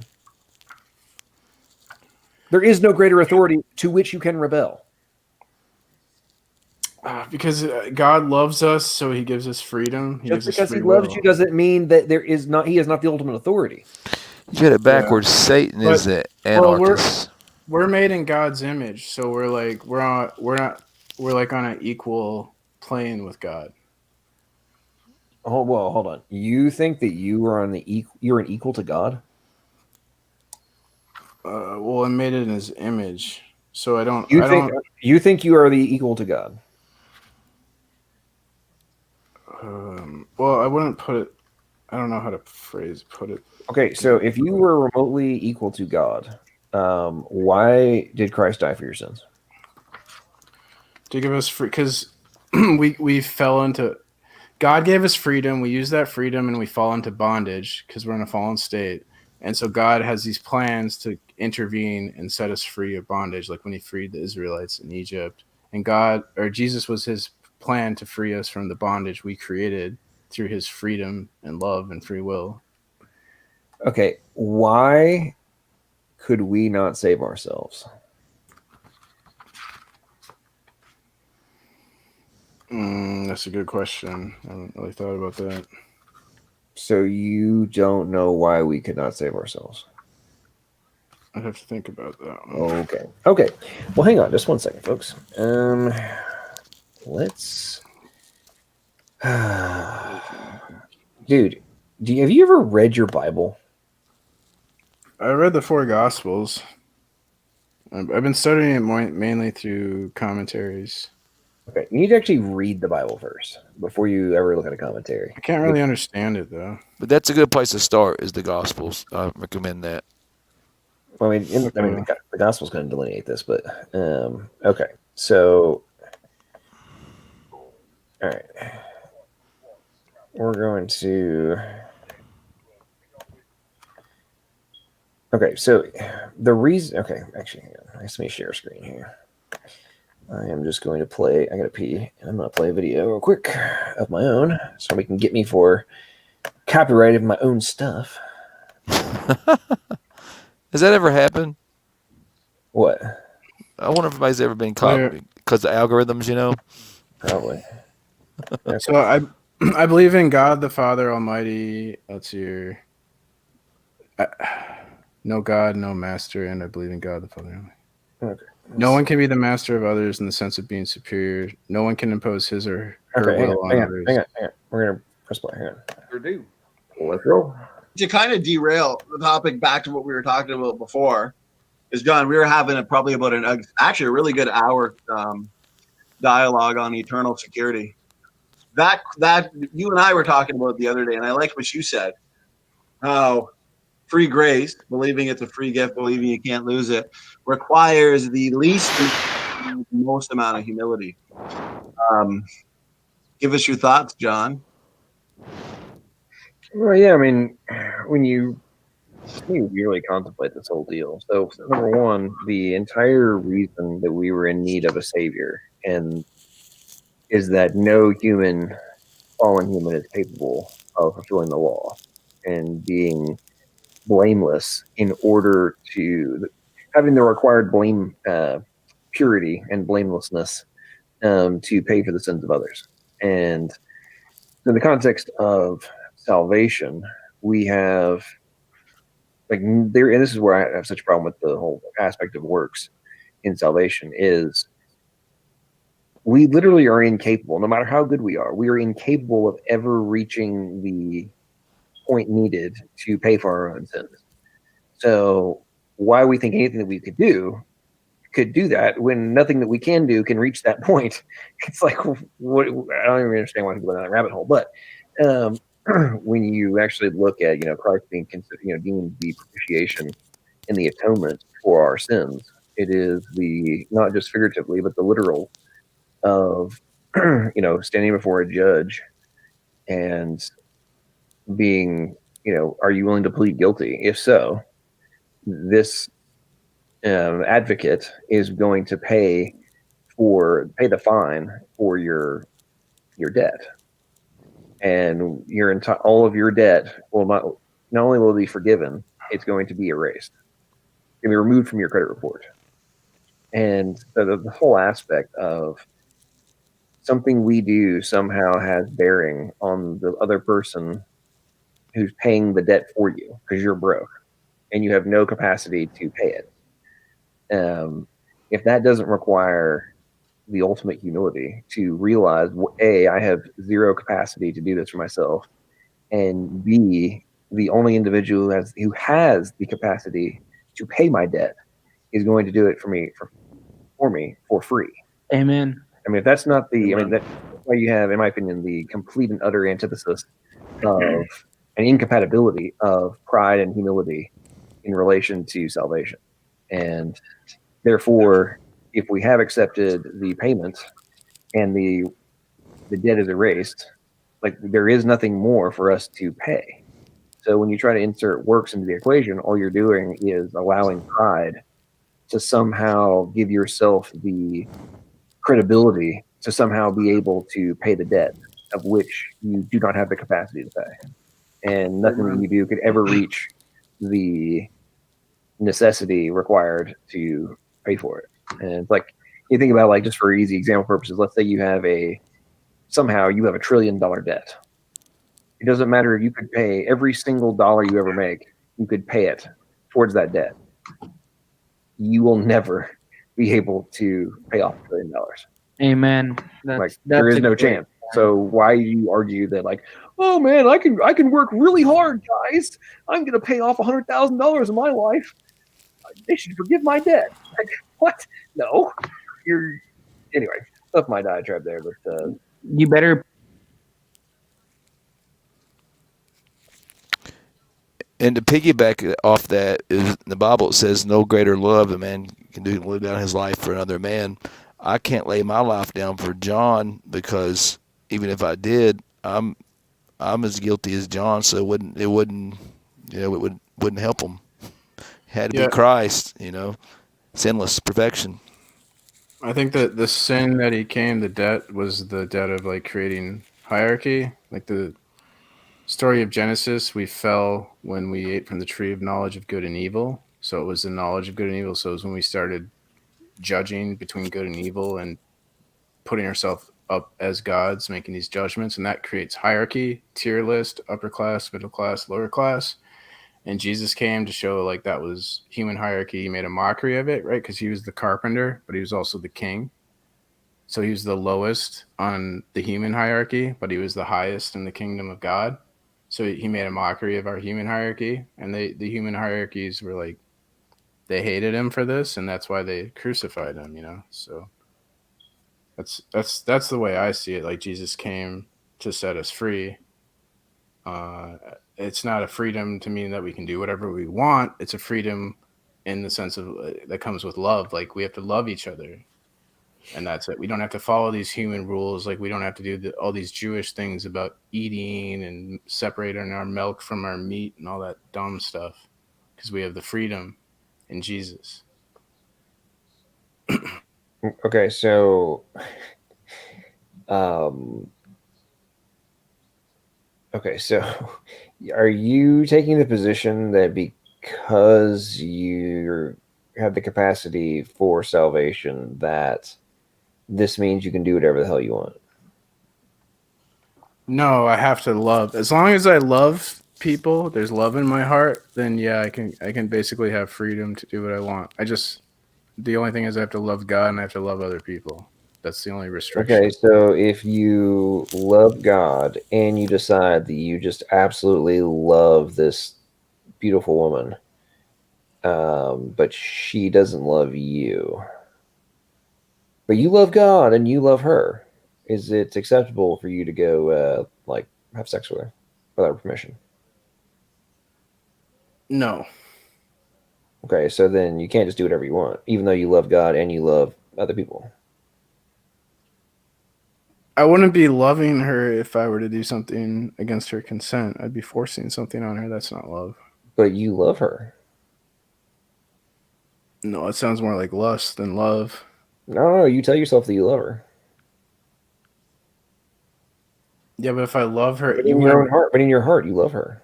If you love someone, you're not going to sin. You're not going to do wrong to them, right?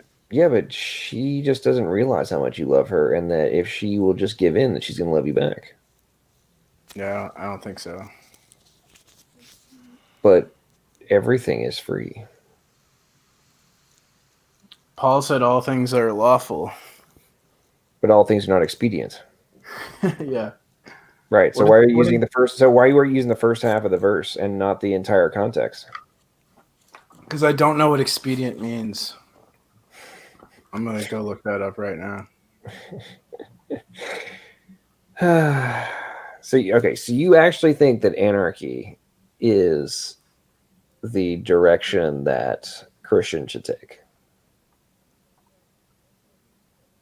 I do. I don't advocate having an anarchist society. I just think that there needs to be an opposition to the state, and currently, like, we have a false dichotomy between the left and right because the left and right both support state sovereignty. So, I just think we should advocate for anarchy and just to limit the power of the state, not to actually eradicate the state, which I don't think is practical. Okay, so let me repeat that last sentence. Well, I don't think I don't think anarchy is pragmatic. It's more of an ideal to make life better by limiting the power of the state. So removing any structure you think is advantageous? Limiting the power of the state, because the state will just keep seeking more. The state will just keep seeking more and more power and grow to the point where it'll oppress us. Well, of course they will. So that's human nature. So I'm not really following how. Who is this?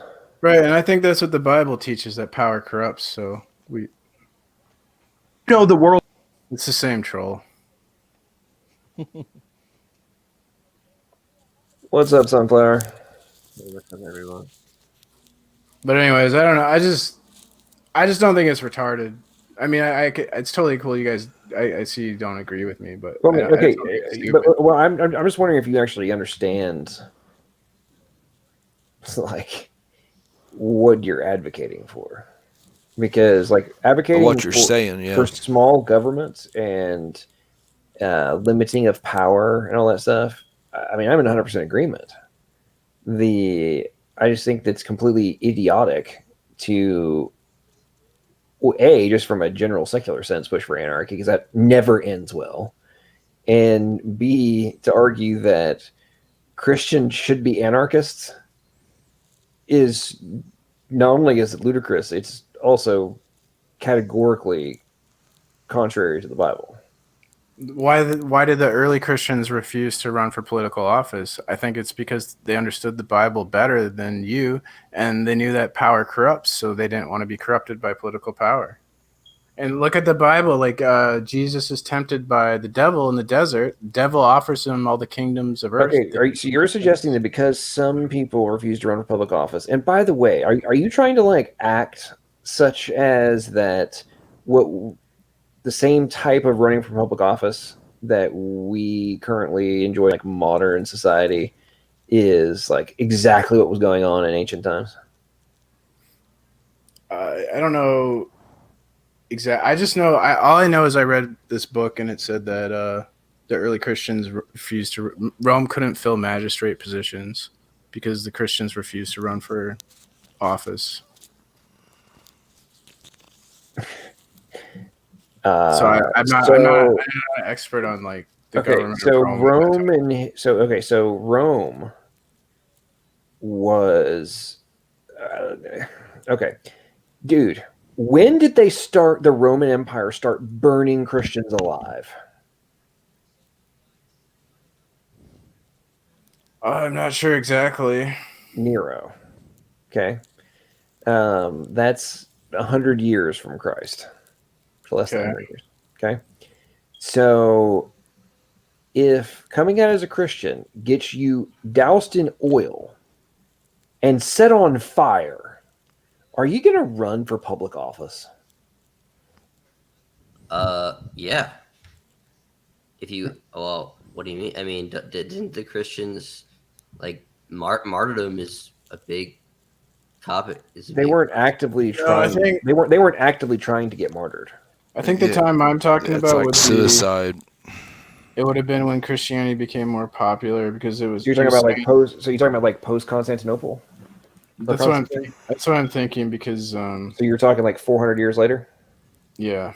Okay. So I'm not following how. So you're saying that there was a period of time where there were Christians that weren't running for public office, but in the majority of history, before and after, that wasn't really a position. And in modern times, there's a very, very small segment who holds that position, but the majority do not.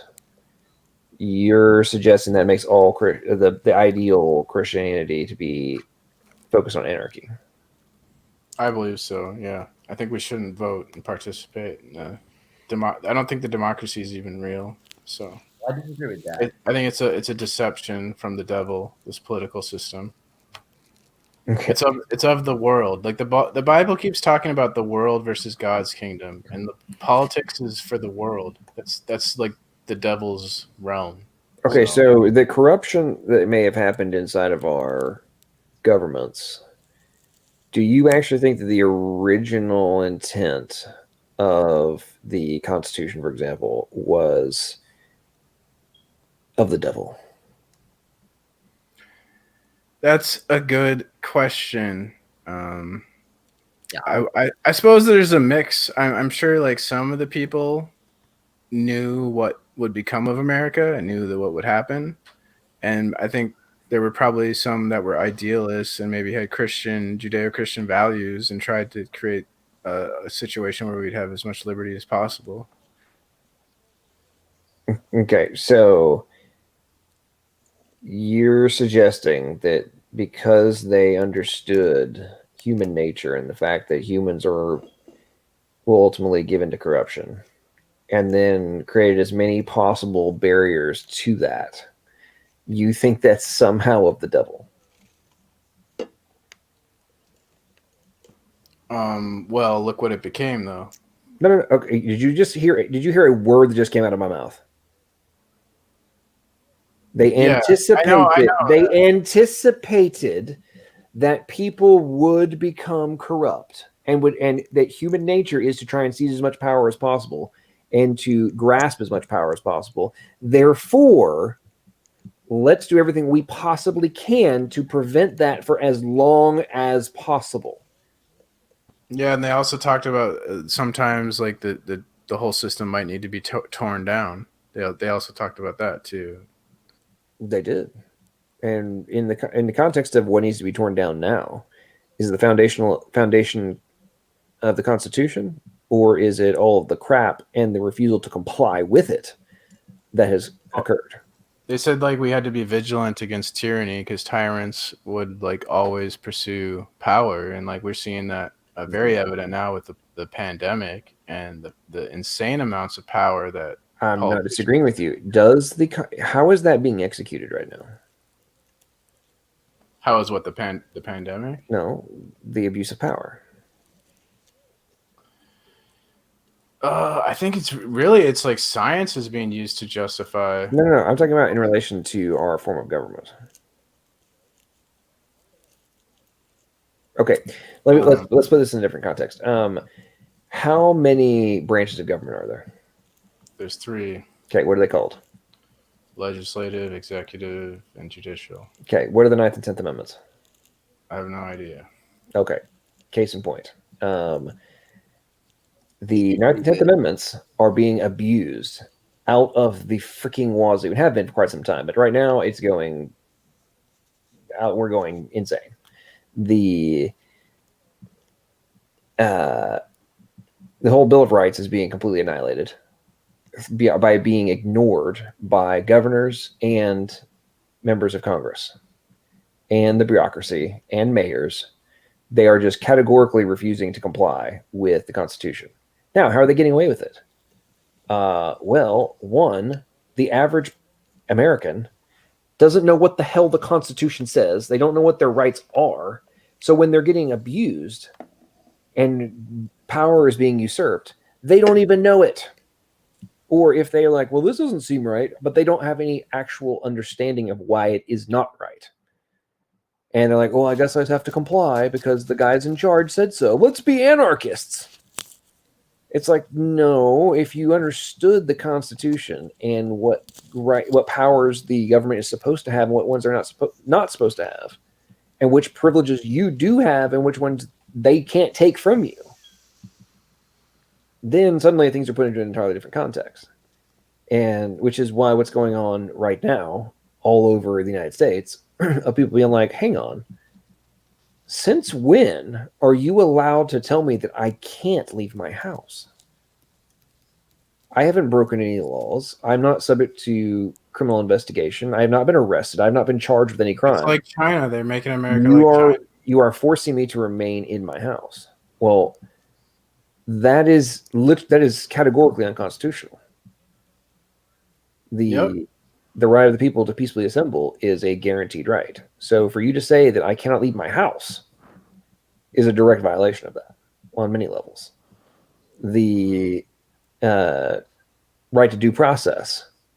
They grab people, return them to their house, force them to stay, charge them with no crime.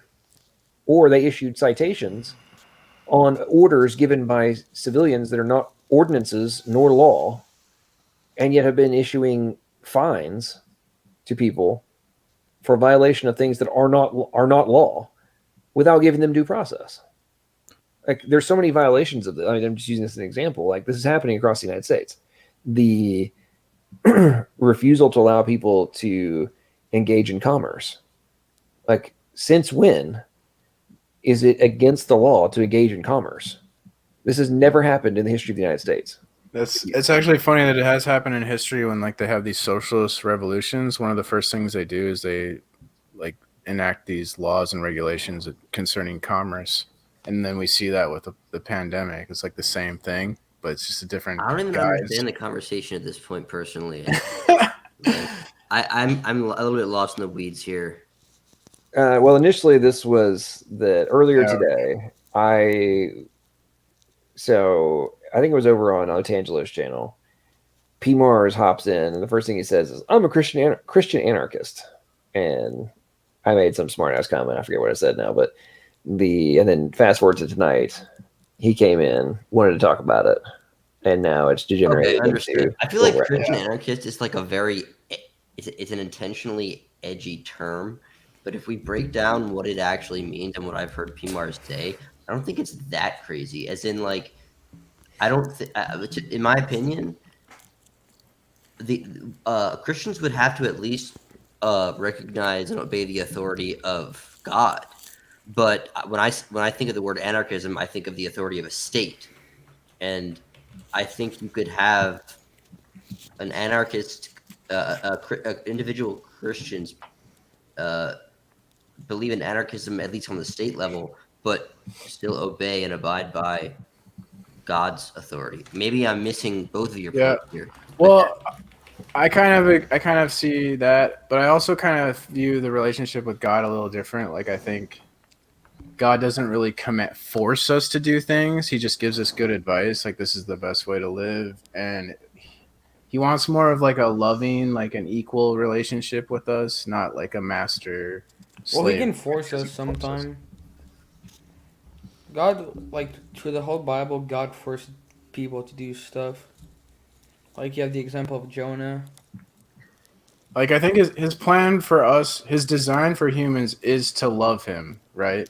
And it's like a relationship with a husband and wife. Sometimes I think of it like, so you can't force your wife to love you. She has to choose to love you. You can't force her to be with you. I mean, you could, but it would be fake. It would be like a hollow, empty relationship. You wouldn't enjoy that. So that's the same thing I see with God. Like, he wants us to choose him, so he gives us the freedom. And well, yeah, but that. Well, comes what do you think along about with, his verses? He chooses us in him. but it's a freedom that's attached with love. Like, that's the caveat. Like, Or goodness. God, he wants goodness. You know what I mean? well, I agree with that, but the question is like I would say the individual Christian doesn't have the ultimate agency to say, because God wants me to choose to sort of not sort of align with him voluntarily, that means that I'm also justified in defying him. It's kind of like you should, in my opinion, you should facilitate yourself to never have an urge to defy God. So it's not. I don't see it as like a perpetual coin flip in which you can just kind of say, well, in some instances I'll take God's advice and some I won't, and that's the beauty of God. It's like, well, no, like in any instance in which you feel as though you have an urge to defy or disobey God, you should recognize it, realize you might sin, but then try to sort of recalibrate yourself so that you'll never have those urges again, if that makes sense. yeah, like Jesus said, wide is the path of destruction and many will take it, and like narrow is the path of life and few take it. So I think it's like, really, by sinning we cause our own suffering. But P. Mars, how do you love God? Oh, that's a good question. I'll tell you, it's by obeying him. It's by showing. It's by keeping his commandment. But don't forget, we love him because he first loved us. Basically. Hey, Sunflower.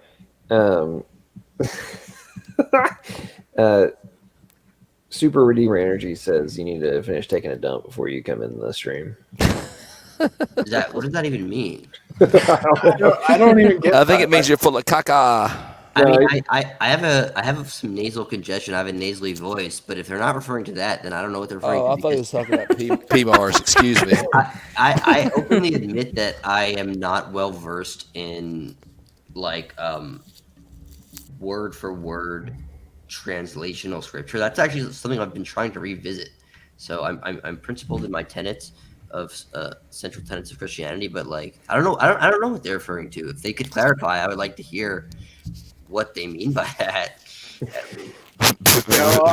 I became a Christian because love, and I like freedom a lot, right? And that, so I got drawn to Christian anarchy, I suppose. And I admit I have a bias, and maybe I interpret with a bias. So, and I'm new to studying this, but I just don't think it's a totally crazy idea. Although I do think it sounds crazy. Like when you hear Christian anarchy, it sounds kind of oxymoronic. But I don't know. I just wanted to defend my position a little bit. No, I see what you're saying. I mean, some people have a problem with like God being the master. You know what I mean? And that we should serve and obey. You know? Yeah. I don't like think of it as a master slave relationship. I like to think of it as a but But that is, like I said, obeying him. That's how you show Well, I love. think the best example of this would be think about the parent-child relationship. It's not a master-slave relationship. Yes, But parent-child. everyone knows that when a parent when an adult parent gives a adolescent child advice, they don't want the child to feel as though they have no choice but to not do it. But they very much want the child to accept the advice as sound and accept the parent as the authority. Trust them. Yes. Right. So that's what I think about. It's like It's kind of like having a cat too. Like my cat wanted to jump in my hot oven. And I was like, no, that's not a good idea, and I kind of tried to force him away, but I couldn't keep him out of there. And he jumped in the hot oven. He got burned. He learned his lesson. That's bad. No, that's a bad analogy. Well, he got burned. He suffered, and then he never did that again. No, because the cat.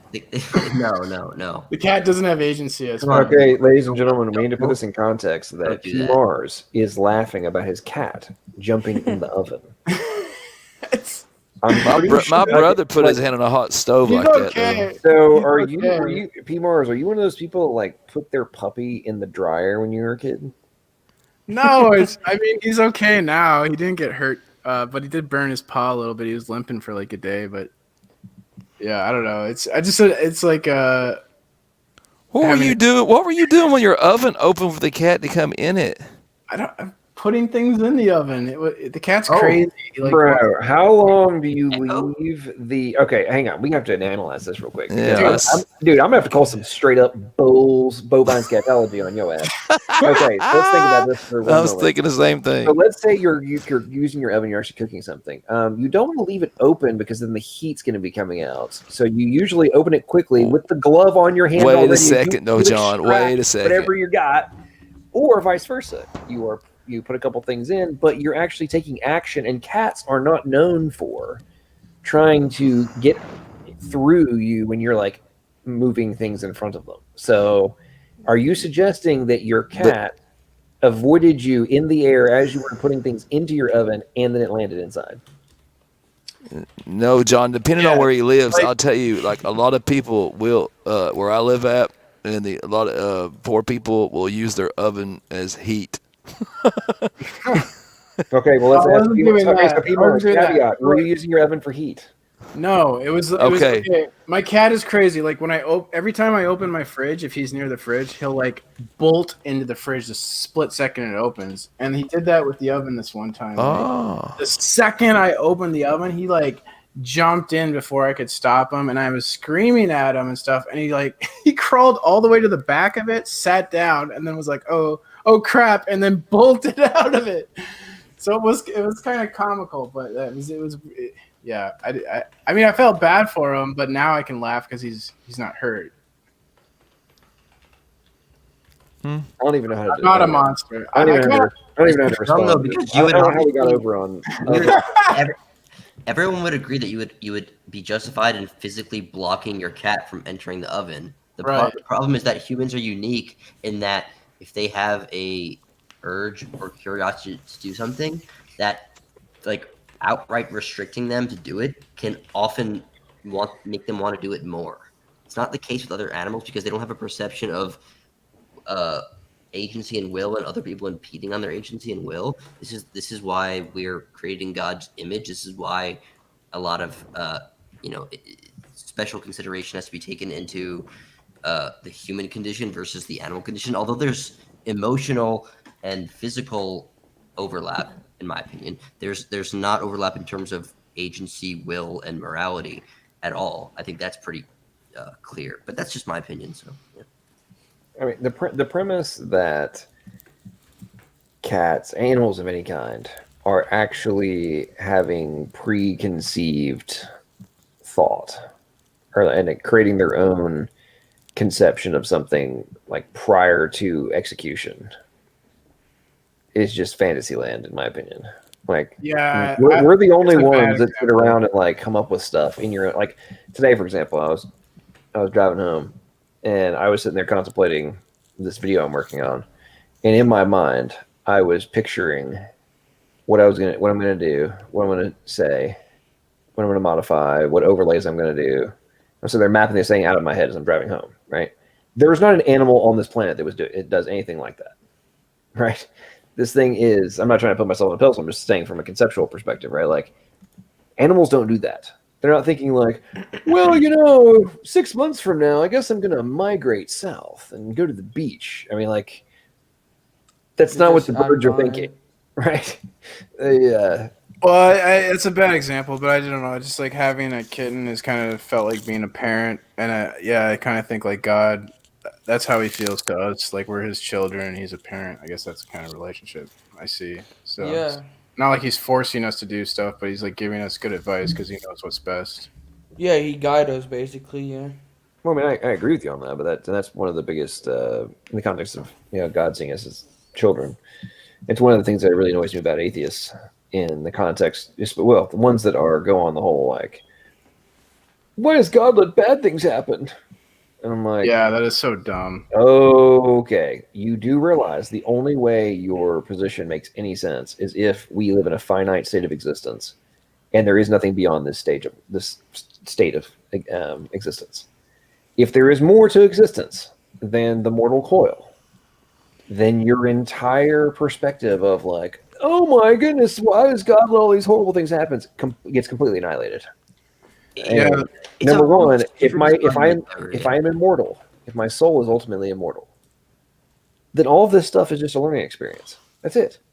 Right. You're moving from one place to another if you are saved. It's so dumb for so many reasons, and like, one of the most basic ones would be like, it sounds a little bit contrived and simplistic, but like everyone knows, there can't be like good without bad. There can't be pleasure without pain. There can't be light without darkness. The idea that contrast has to exist. If someone lived in some sort of hypothetical perpetual state of ultimate well-being, they would have nothing to compare that to, and thus it wouldn't be well-being.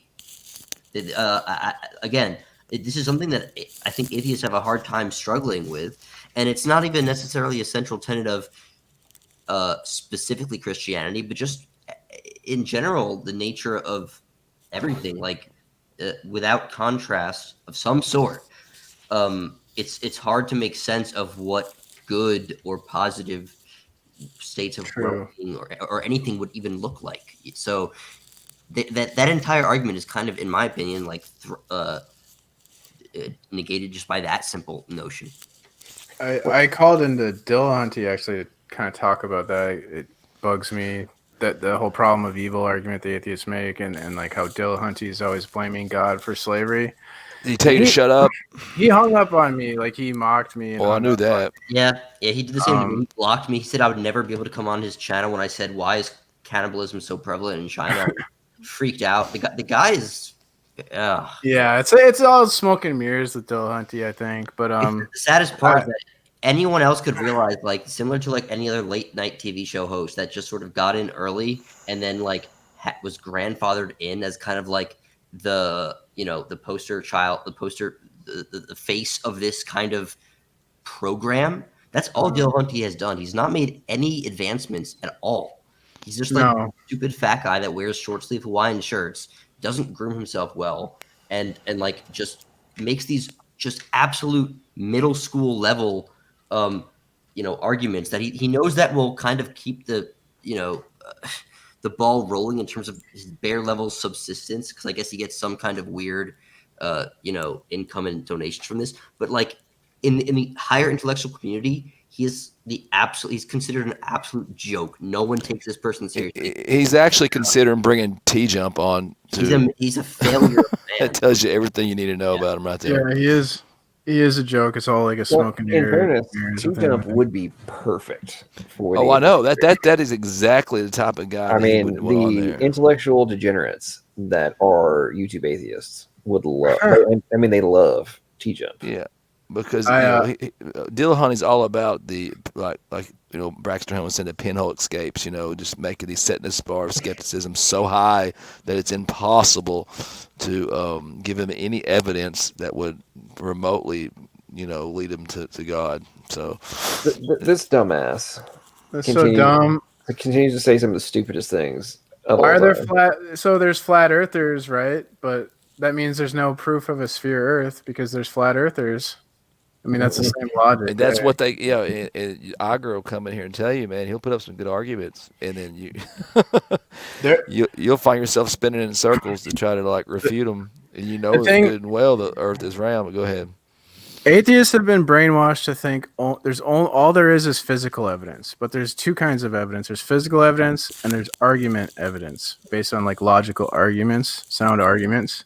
So the evidence for God comes from argument evidence. So I mean, there is evidence for God. What there isn't evidence for is atheism. Well, atheists have been brainwashed on so many levels that they don't like think about the atheist position and think about how they have to ultimately concede to the like ultimately selfish and biased and agenda driven flawed nature of man, and then yet they're literally leveraging like hundreds if not thousands of years of data and just accepting the data itself as all having been aligned with like this kind of robotic aim towards truth throughout history. I mean, not to say that obviously there isn't validity in history and history of science, but it's the blind adherence to it that just it freaks me out, quite frankly, because I feel like we should always be as humans, right? We should always be juxtaposing our intuition against our understanding of the most reasonable data.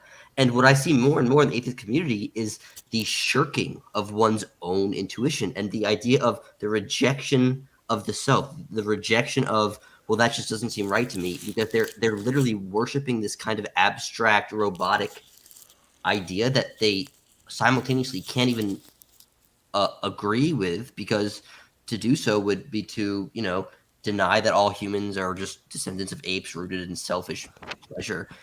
So it's a very strange thing, but it's as someone who went through the higher education system in the sciences in the life sciences, it's so real. It's in your face every corner of the way. Is this kind of sneaky underlying and overarching message of laugh at the theists, laugh at the people that believe in God, smirk, laugh, throw an elbow at your colleague and say, "Damn, isn't it a shame that people like this are still in the field?" That is the theme, and to anyone that says it isn't, in there. So yeah. Yeah, well, the new atheists, they're all about, lacking a belief. I think the term is lack theism, you know what I mean? Because that way they have no burden of proof at all. So then you have to prove God 100% conclusively to them. You can't use any other, forms. It has to be like empirical. And even then, they'll find some kind of way. They can find some kind of way out of it. So any kind of like, inductive or deductive, Listen, lines of here's reasoning. what atheism, agnosticism, and Eric, I'll address your point about what do we think about agnostics. The lack faith theists or lack belief and agnostics, in my opinion, if you actually go to the ultimate root, it is I want to be able to operate like a child. I want to be able to claim ignorance and ultimately, in that context, avoid accountability. Yes, agreed. Yes. That's all it boils down to, is a juvenile attempt to avoid accountability. You must suspend all rational thought, and I'm talking from a matured perspective, like an adult perspective. I mean, like, everything around me showcases the fact that there's rules, ramifications, cause, effect. Everything about my existence shows this. Everything. There is nothing that does not follow these parameters. However, I am going to operate from the perspective that none of that actually is in play in regards to how I freaking exist. Therefore, I don't have to conclude. It's not the logical conclusion that there must be a cause that is external to the things that are subject to all these rules inside. Like, this is not exactly rocket science from like using your brain on a very basic level and just basic common sense. Yeah, I mean, yeah, people can get hung up on some of the super complicated logic arguments and all these different things. It's not that complicated, folks. It's really not. And we overcomplicate things. And to be honest, the overcomplication is what gives a lot of the dilettantes of the world an opportunity to convince people and twist their minds, because we try to overcomplicate it. But as I said, it ultimately boils down to juvenile mindset, and I don't want to be held accountable. Well, I kind of had a thought about atheists earlier. Shoot, now I lost my. I mean, earlier. Okay, so for example, okay, I remember. So real quick, so earlier today over on the God Talk, I hopped on for a second because two of the atheists that had hopped in, they had spent like 2 hours going on and on about how, well, I just don't know. I don't think about these things. I didn't grow up and nobody taught me anything when I was growing up. Like, dude, you're freaking 60 years old now. And you're blaming the fact that your parents didn't teach you about God when you were a kid. You're 60. And you're blaming your parents who haven't been in charge of your life for at least 40 years. Or you were raised in like some kind of religion that, was the wrong religion, or not, you know what I mean? I think atheists have a lot of mommy issues.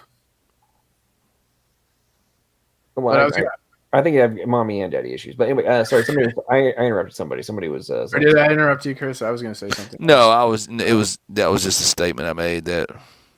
I was going to say earlier, I couldn't remember. I was going to say I noticed that atheists get really hung up on all the supernatural things of Jesus, right? Like walking on water, the resurrection, stuff like that. It's like, what I like to ask atheists, like, what did Jesus say that you disagree with? Like, why don't they're not like Christianity is mainly to me about love and salvation. I keep talking about love. Well, they'll immediately go to the Old Testament. I never hear like the atheist debunking love or like complaining about love, right? It's always like some stupid like supernatural thing. It's like that's not even the point of Christianity, right? Who cares if Jesus walked on water? The whole point is about like we should love each other. Like, debunk that, come on, man. Now I'm Biden. Now I sound like Biden. Come on, man. Come on, man.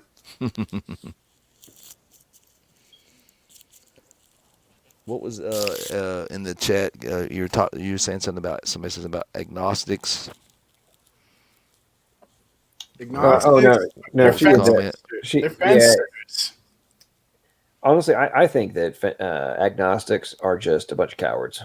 Yeah, they're fence sitters. That's what I think too. I mean, and by the way, here's a sidebar on all that. One of the things that really pisses me off about agnostics is Will's returning. It's Aaron the Wizard. Hello. The multiple agnostics that I've had debates with, right?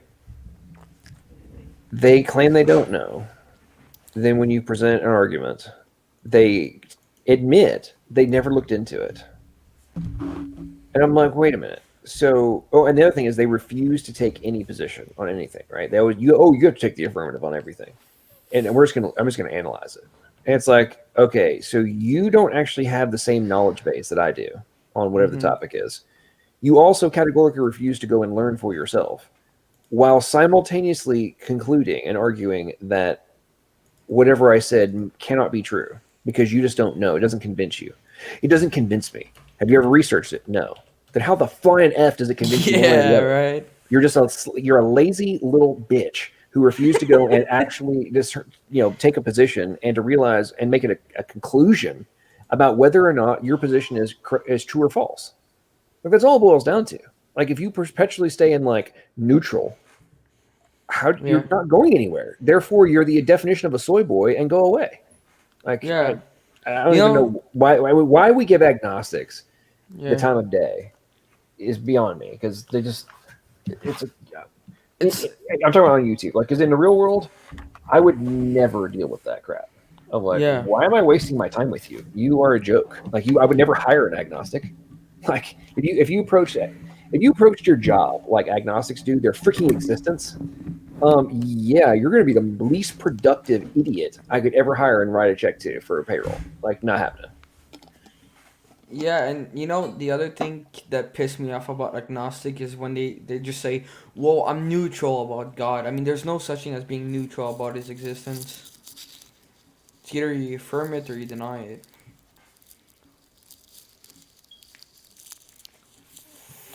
Well, Dale says in there, I'm a believer in ID. Well, at least that's honest right there. You might, okay, I can see being agnostic, but like, not denying that at least the appearance of intelligent design. You know what I mean? That it's the more Yeah, logical conclusion, the more logical, plausible, probable, to still to bar that. yeah, and And it is. I mean, yeah, and I believe every atheist or agnostic should at least accept the premise of that there is an intelligent design. I'm not arguing from being God. I'm arguing from being someone that made it up, that made up the life basically, right? I mean, if you just look at the chance of having a single protein by random natural chance, I mean, this is just beyond amazing. It's beyond mathematic. It's impossible. No, when you realize that you have to have greater than 90% fidelity in transcription, and if you don't have over 90, it's actually like 99%, but if you don't have greater than 90% fidelity, you die. Yeah. Like, I mean, just think about that for a second. You have to have 90% fidelity, or you die. We're told that somehow the error correction mechanisms that are required to maintain fidelity, that just happened, and somehow before that happened, life exists. It's like it literally is a direct contradiction, but we're told that that's what happened. Yeah. One thing atheists do that I think's really cowardly too is they refuse to defend their position. Really, they just want you to prove yours. They do this. Yeah. I mean, there's. Because like they'll say that you can't prove a negative, but that's not even true. It's like a common misconception. well, that's why you won't find many of them taking the plunge than saying that for sure. Like somebody like Leo would be like a staunch naturalist and say for sure he knows God doesn't exist. Yeah, there's no such thing as being sure an atheist, but I just think it's just you don't have to prove the best explanation for it. If it's more logical, plausible, probable, well, you don't have to prove it. You have evidence for it, but you don't necessarily need to prove it. I mean, the whole premise of abductive reasoning and Occam's razor and all this other kind of stuff is like come to the most rational and reasonable conclusion. And it's like, okay, so on one side, it's all the evidence that showcases that an intelligent agent is required for X to exist. On one side, on the other, it's all these things that we agree should be impossible somehow happened in order for us to exist. Like, hang on, what? So you're telling me that literally trillions of things had to happen in the specific order which has to occur. Yeah. And that's the more rational conclusion. Yeah, and that's all we can do, and that's what we do, and it should be effective, I mean, unless you're just and you're in complete denial, it should be effective. I don't understand why it's not. Some people well, I think the best proof for God existence is literally that the whole life. I mean, you don't even need to go for the universe. You need just to go from cell and all that type of stuff. And I mean, you cannot get a cell by random chance. I mean, it's just beyond imagination. I think I don't know. I don't think I believe in God. See, I think the atheists, they believed something that wasn't true at one point in their life, and then they got like hurt by that or something, and now they're obsessed with like, oh, I need evidence, or I'm not going to believe anything without like all this evidence. But for me, we're kind of generalizing, but I mean, a lot of them are alike. You know what I mean? So, and I think one of the other big factors that aligns with you can't like believe you can't like have your faith in God can't be rest on like human wisdom or arguments like that. Like I have witnessed the power of God to transform people's lives and transform my life, and like that's how I have faith, and that's why I believe. I don't think like a Yeah, logical well, yeah. argument can convince people really of that. Yeah, yeah, yeah, pretty much. Well, you were talking about the seeing- Christian God. Yeah, I can understand that.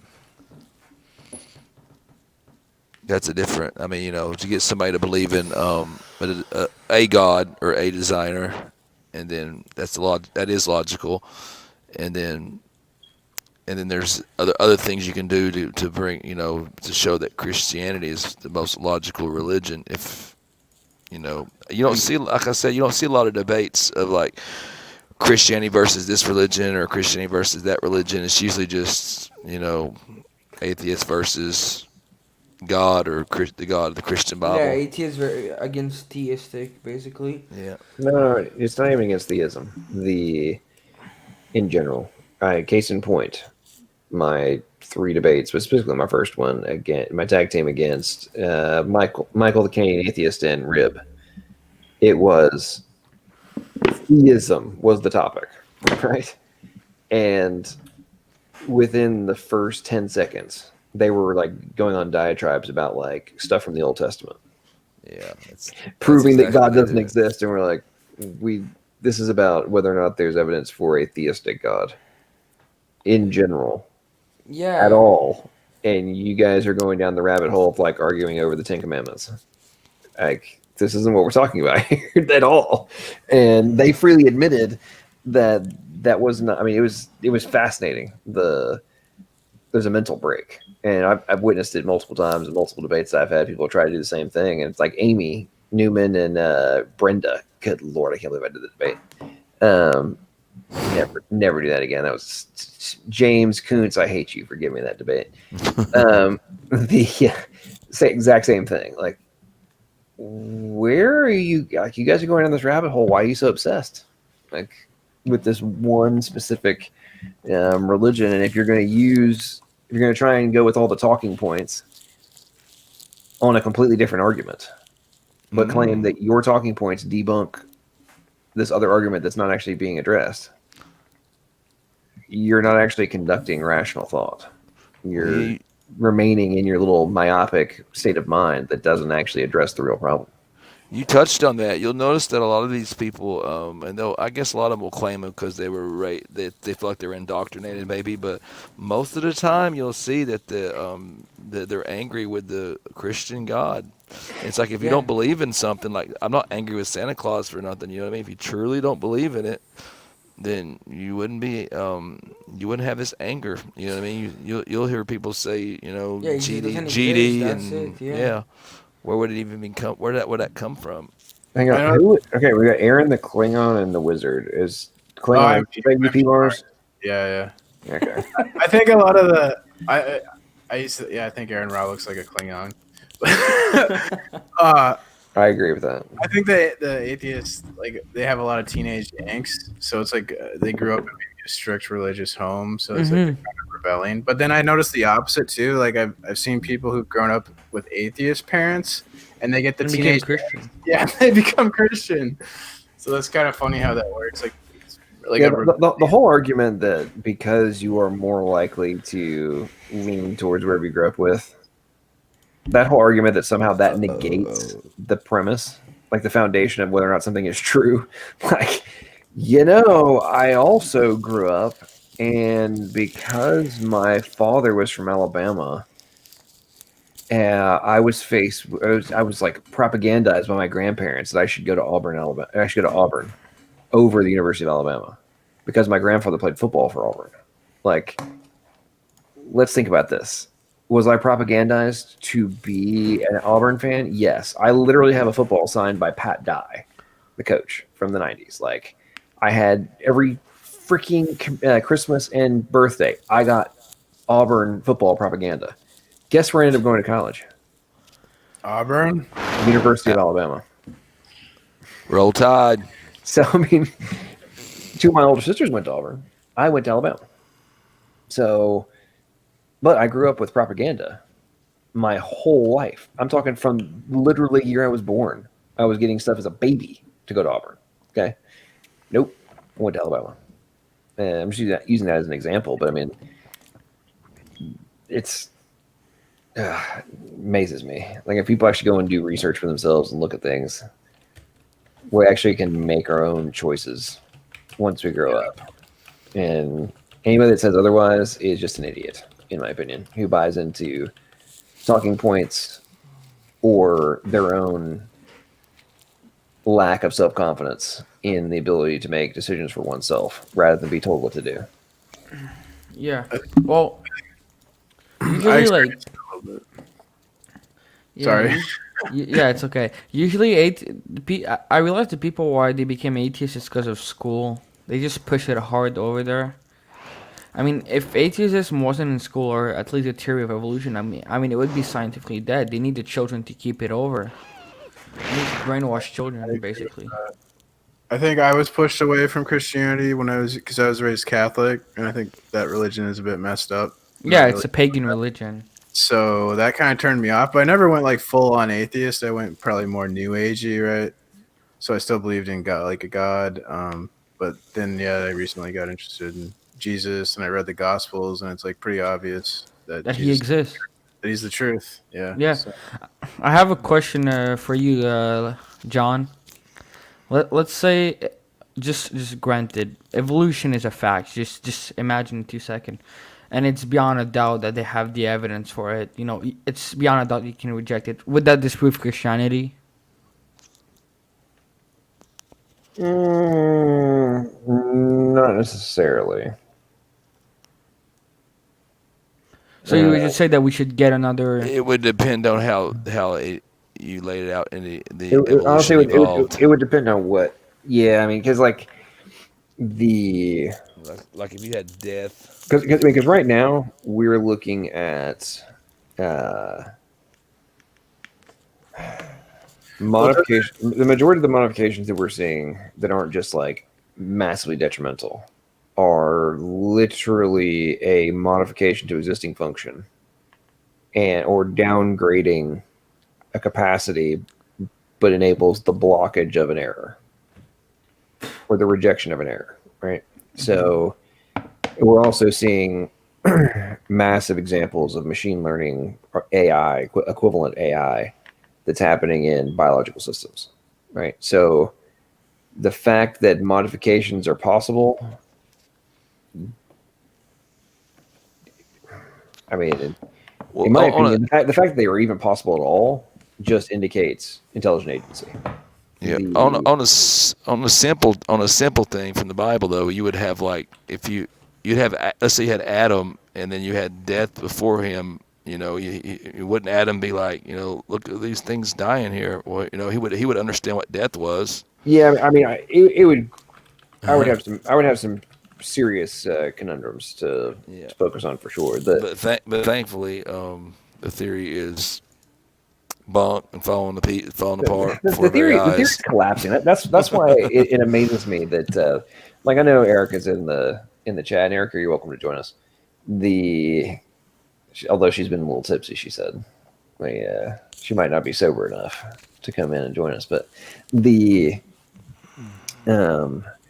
and if she does come in and we're mean to her, then everyone's going to say that we took advantage and we're mean to the drunk girl. We're certainly pretty fair. We're abusing a woman. That's what you would say. But the point being made is the more we learn, the less remotely plausible macroevolution is. Yeah. So I'm really not worried about it, to be honest. Yeah, well, the end conclusion is going to be that it's fake. Well, that adaptation inside of specific barriers is possible. Outside But doesn't whenever adaptation occur, usually it leads to they just lose information in order to survive because it's literally their gene breaking apart in order to make an adaptation to survive into their environment. Well, I know Mikhail Behe was speaking about so let's just say that's true. But the point is that the there are adaptations, and here's one of the other things that they're also learning in context of some of the more like, oh my god, this changed. They're finding out that, oh crap, this capacity was already in existence. It just wasn't being expressed. Yeah, And, and like and this is why I've used this analogy many times, but it becomes more and more fitting as every day goes by. mm-hmm. For anybody who has ever built a website on WordPress, you've got functions that you don't have activated. They're there. You might not be using it. Same thing, like you install a plugin. You now got all these possibilities. You might not be using them. You might be using 3 of the 50 possibilities. It doesn't mean that the functional capacity and the code script that's needed to be able to have that function, if you ever decide to use it, doesn't have to be there already. Yeah. Just because you don't have something turned on doesn't mean that it's not there. And this is what we're discovering on a daily basis in research. And the evolutionary activists keep acting like this doesn't completely annihilate their entire position. Like, hey, people, you are arguing that new functions came into existence through undirected process. What you're discovering is that the functions were already there, and now they're being used from the environmental pressure. The problem I have with evolution is more of a philosophical one. I think that it devalues human life. It kind of debunks the whole part in Genesis where man is made in God's image and likeness, right? And we become just another animal. And I think belief in evolution led to people accepting things like abortion because it devalues human life. Yeah, well, I mean, it's because of the embryo, basically, that, evolution is, yeah. Well, what I would say, like, evolution is probably gonna drop, but they're just gonna, it already has been dropped down, but they're just gonna keep it in school, because that's the only way they can keep it going, because they gotta brainwash those little children. It's really sad.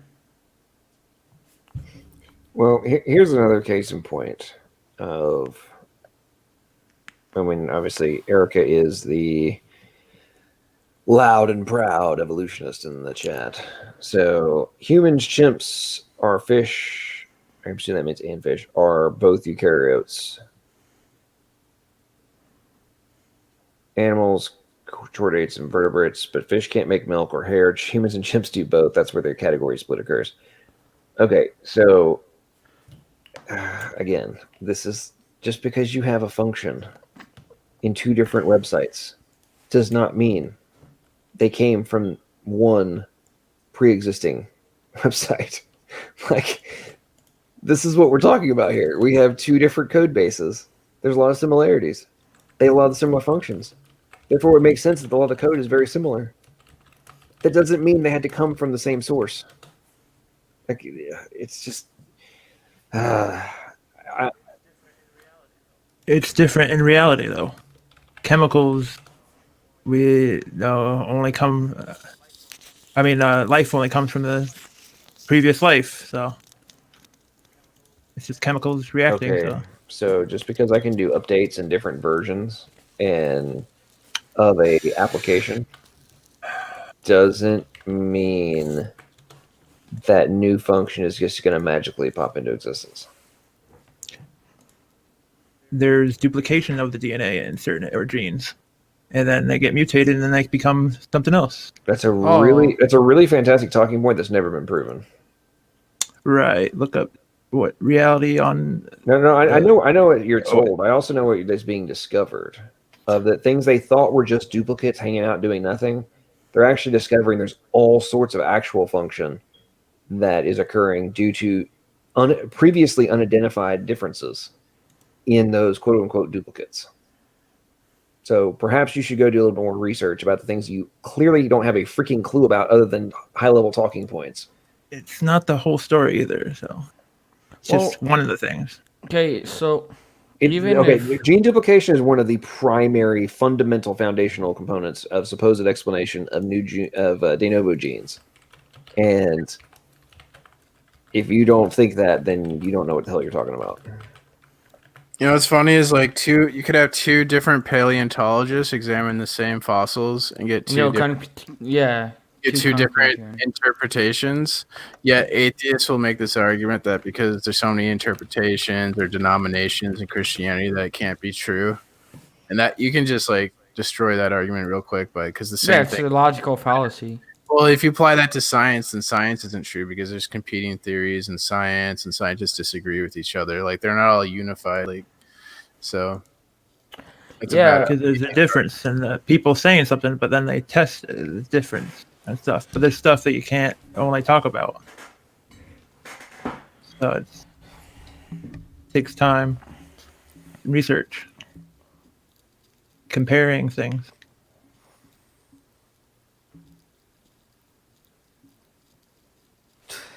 So I'm curious, Top Dog. Have you ever read? No. So you don't read. So I'll just take it as you don't read much. I look at what's going on in real life. Man, audiobooks I really highly suggest. Go ahead. Okay, so is it your position that a research paper is not real life? It's hard to explain. It's something that somebody interprets from their observation, maybe, and then maybe their language is something different than our understanding, and we might misinterpret or something. So it's complicated, but that's why I use real life and look at the real source. Well, real what life do you is the think source of everything. scientists do? Don't you think scientists just look at the real life and come to a conclusion? I did say it's confusing when you write it down. I meant to say that. That's why I was saying. You know how we're talking about Dillahunty's his skepticism for belief in God, but they don't hold that same skepticism for like evolution. You know what I mean? Because I mean, good grief! Look at all the conundrums that you find in the theory that you could easily find a way to not believe in the theory. It'd be so simple. They claim to be skeptical, but they're not skeptical of their own beliefs, right? Exactly. No, I mean, do you even know the theory of evolution? Do I? The actual thing, not what creation say, but what the change is an allele frequency. Change is a little frequency over time. No, yes, I know the theory, man. Yes. I think most people, by the time they're in high school, thoroughly know the theory. It's pretty elementary from the basics of it. Should we discuss original Darwinian theory, modern synthesis, neo-Darwinism, extended modern synthesis? Like go all the way back to gradualism. What are we talking about? Which version would you like to discuss? I got the modern, probably. The one that we have, probably. Okay, so the modern one that you claim we don't understand, but you've never read about? I was going to drop out, but I just want to thanks for letting me on and stuff. It was fun. Thanks for joining, bud. Yeah, appreciate it, Mars. My viewpoints. And hopefully you'll recover from your your affair with anarchy. I kind of and keep the oven door shut for sake. Yeah, that's true. All right, thanks guys. Have a good night. Have a good one. Do you know, Top Dog? Do you know what punctuated equilibrium is? Nope. Okay, so you apparently don't know your theory very well if you're into modern synthesis. But go ahead. It's Chris. This stuff is fascinating to me. It is. I mean, just the level. It really. I find it so fascinating. I know I keep using that word, but it really is. It is. Remarkable. It really is fascinating, man. It's like, so atheist Fantasyland projection complex, bro. I'm telling you, it is more. I did it that is real. Sheer humor. It's real. It's like to just poke fun. It is so true. Oh. Yeah, 10 years ago, I'm telling you right now, 10 years ago, I was on the internet, and that the biggest atheist talking point was, you don't know the theory. Yeah, okay? It's exactly what they say whenever the theory gets debunked. And now it's like the theory is just like, it's all out there. Everybody knows it. So many IDs come along. Yeah. It's just like, so, yeah, we know the theory. Something really funny about the theory of evolution is whenever a mathematician goes around and study the chance of one single protein happening, and they present it to scientists, well, scientists just says, "Listen, you don't understand the theory of evolution. All that math is fake. You don't understand it." And this is just typical Dodge atheist. I say it was pretty funny. A couple days ago, when Otangelo had an in-depth conversation with Sygart, it was cracking me up how he was realizing that Otangelo knew all sorts of stuff that he didn't. Yeah, and that on some topic, some portion of their discussion, and then others like he went into it. Sygart, PhD, went into it expecting to for Otangelo to be just a basic layman. And there were multiple instances where you could see it was written all over his face, and then he literally ended up saying it like, "Oh wow, you're very knowledgeable on this." Oh yeah, and oh wait, I didn't know that. And so Otangelo was explaining things to the PhD biochemist that he didn't know about biochemistry in relation to life. And it's like, and I'm not saying this to bash Sygart, because let's get real, Otangelo is stupidly knowledgeable on this stuff. I mean, it's a lot of atheists think he's a troll, but I don't think Otangelo is a troll at all. I think he's a smart guy. Dude, he's brilliant, and I guarantee you that Otangelo can go toe to toe with any PhD. You think so? Absolutely. Yeah. Yeah. No ifs, ands, or buts about it.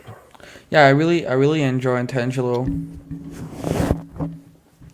Yeah, and I'm actually what would you recommend me to do, John? Just reading papers or just watching more video about biology? Here's what I would recommend. I would say before you really dive into biology, learn the utter basics of information theory. Yeah, I have all those. I have 40 gigabyte of book of theory of intelligent design. I should maybe take a look at them. Well, not just on. I mean, yes, I agree with reading those books. I'm saying go and take there's great videos you can watch on YouTube, right, of information theory, right, coding logic, code mapping, and just the basics of overall information communication theory. Okay, how basic communication systems work, things of that nature. Okay, because what's one of the fundamental foundation of evolutionary theory, but just life in general, is the genetic code, right? DNA. If you understand the basics of communication theory, you will understand how DNA works, transcription, translation, and protein synthesis. So you will understand it immediately, because you're like, oh, so that's what's happening. If you understand the basics of code mapping and transcription, everything that's happening in information transfer, the basics of genetics will make sense so fast it'll blow your mind. And then you will start to recognize other stuff. Like, for example, when I first came across this paper on dual use syntax of the genetic code for translational pausing, and I started to realize as I'm reading through the paper, I'm recognizing holy crap, they are describing 3D scaffolding and mapping for 3D printing.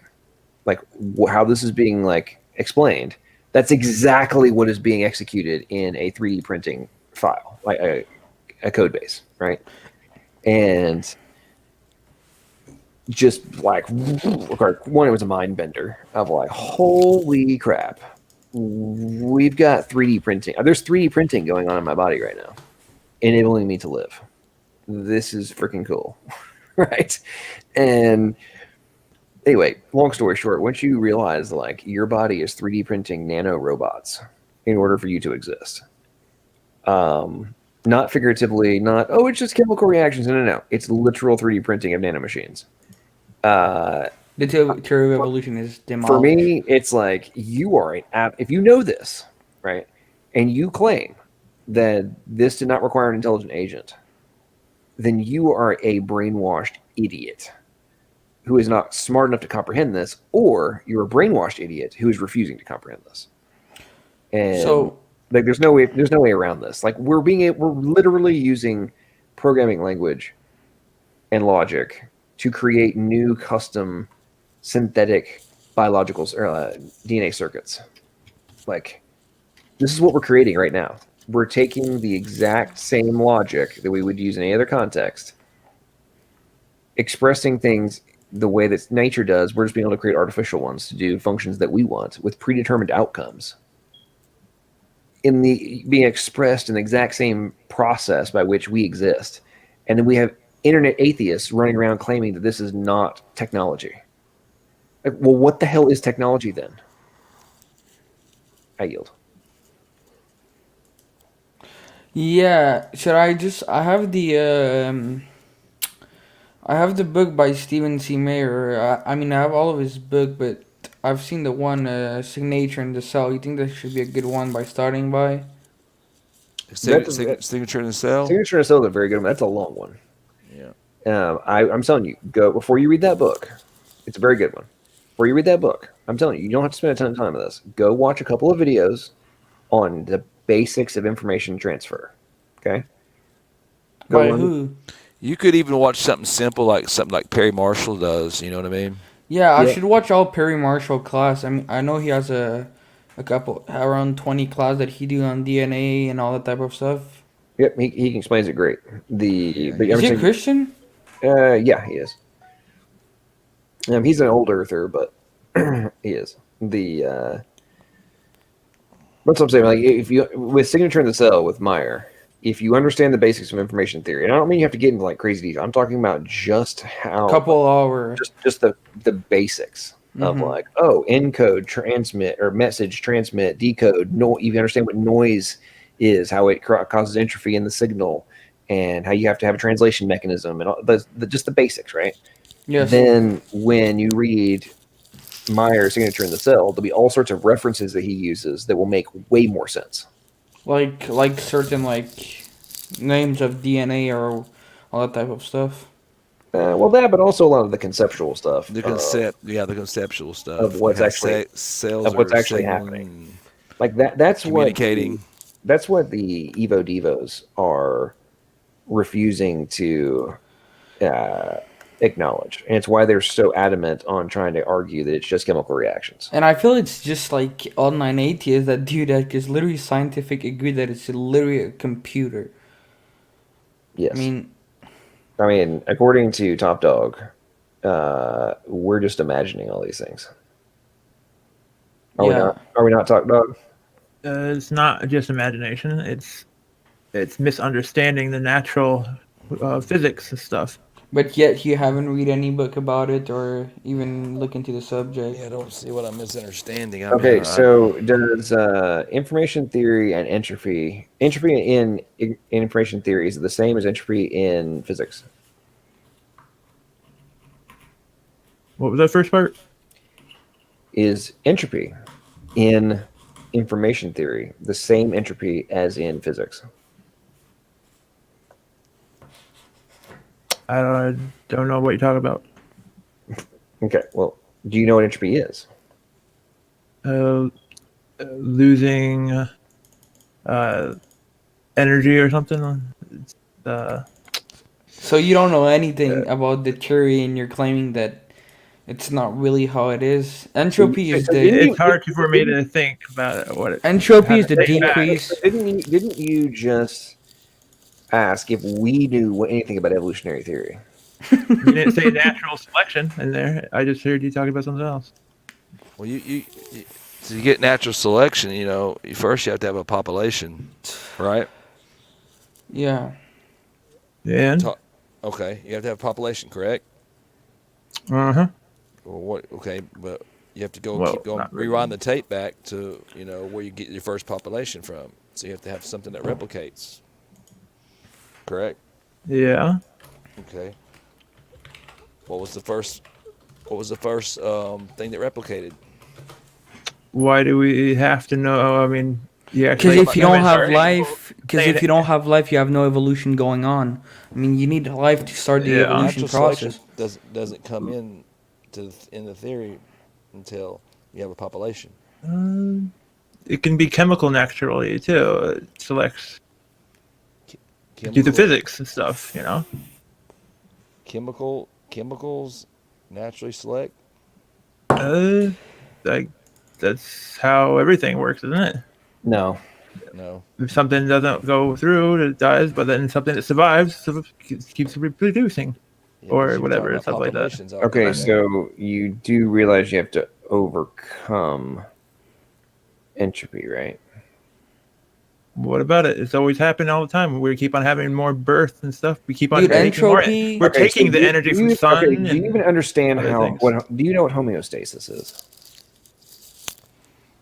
Nope. Okay, so I'm just a basic person. I don't really think of all these details. That's why I can't really say them back to you.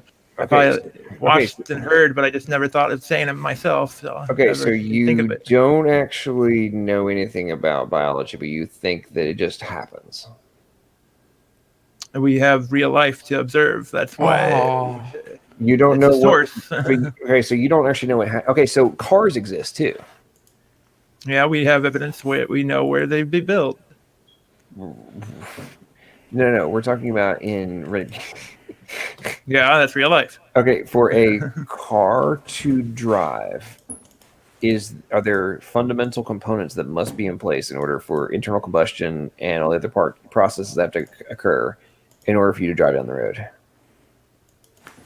Yeah, it wasn't all done at one time. It took time to get it No, testing and stuff. No.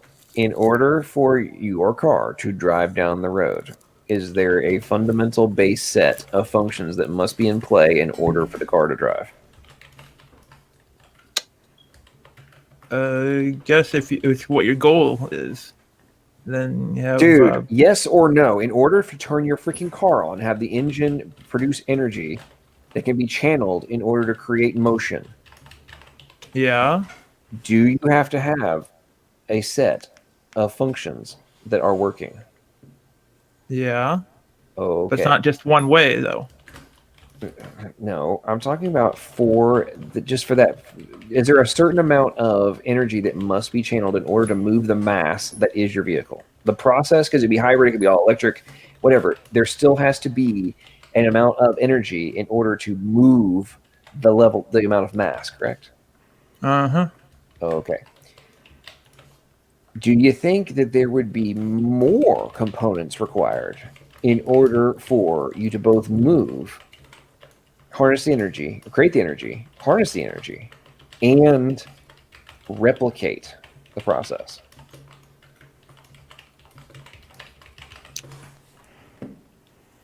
Uh-huh. Would that be harder or easier?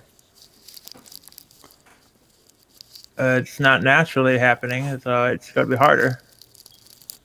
Okay, so it is exponentially harder. It's more likely and has less complication factors for the car to reproduce itself than for life to reproduce itself. Life is tiny. Chemicals, atoms and stuff, molecules You do are realize tiny. that size has no relevance on this. There are other factors like tension, like water tension, that can change matters in size. So, dude, you don't have a freaking clue what you're talking about. I'm saying that size changes like volume and surface area. Changes how things work. So you think that has something to do with the processes by which self-replication occurs? Don't know about self-replication. Okay, so everything that you've been talking about in terms of like, oh, this just happens, that is literally self-replication that's required. Yeah. I don't know where you're going. I don't talking about. So you don't have a dude. I know I've asked you this question before. How old are you? You're like 33 now. I don't understand how you can be 33 years old and not have ever actually read any of this stuff if you're going to actually take a position on it. I don't care about what's in the papers. I care about what's in real life. Dude, do you realize? Dude, stop using that argument. I can't take this anymore. Somebody else talk. I can't take. All right. Do you realize what is science? Please explain it to me. A body of knowledge that has. So what? How did they get that now? So you're saying that you just observe reality, but that's what science literally do, bro. Like, Where are you going with this? Like the papers is they observe what's going on and they write about Yeah. what they see. So you're saying you don't read paper, but you observe what's in reality. But paper is literally observing what's going on. I mean, dude, this is just You so. can. So you're saying to me, so basically, you're saying to me, you're an atheist or an A rational agnostic. human being. Okay, so you're saying that you believe in evolution, right? But you haven't even looked at I what's the understand it argument for it. a little. Dude, you don't even have a clue of what entropy is, and you're saying you It's understand hard to say evolution. it back. That's all. Entropy is super easy to define. It's the going from, how could I define that? It's going up from down, so going from order to disorder. That's what entropy is. It's everything is getting worse. That's literally what entropy Yeah, is. but not 100% like that in real life, so it's confusing. Okay, if you What you're build a trying to say is building, if you build a like building, Yes, if the level of entropy can change. That yeah, is possible, and there are very. If you have additional variables in place, you can potentially reverse entropy to an extent, but you will always ultimately end up going from order to disorder from the macro level. You can yeah, have we have you can have energy you too. can have micro states where you go back, but you're not from the macro. You're always going to go down. And that's from the thermodynamic perspective. From a information transfer perspective, you always ultimately, without massive error correction, well, actually, even with error correction, you ultimately still have a macro loss due to noise. Like it's a guarantee. Like there's no way around this. Which is why, in the context of life being ultimately dependent upon encoded information, the fact that there is no way around the fact, and this is in relation to evolution, there is absolutely no way around the fact that you will not have, even with incredible error correction, you will always have data loss via transcription. Therefore, if we have data transcription, which is required for life to exist, there will always be data loss. So this whole premise of formation of new novel information from a novel function perspective is completely ludicrous. Ryan, there's both entropy in thermodynamics and entropy in information theory, and they use the same word, but there's significant differences between the two.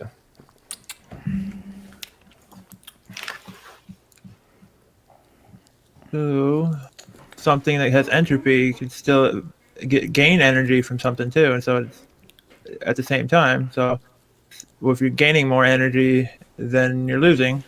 well, but that's not what we So observe. We observe everything's decreasing.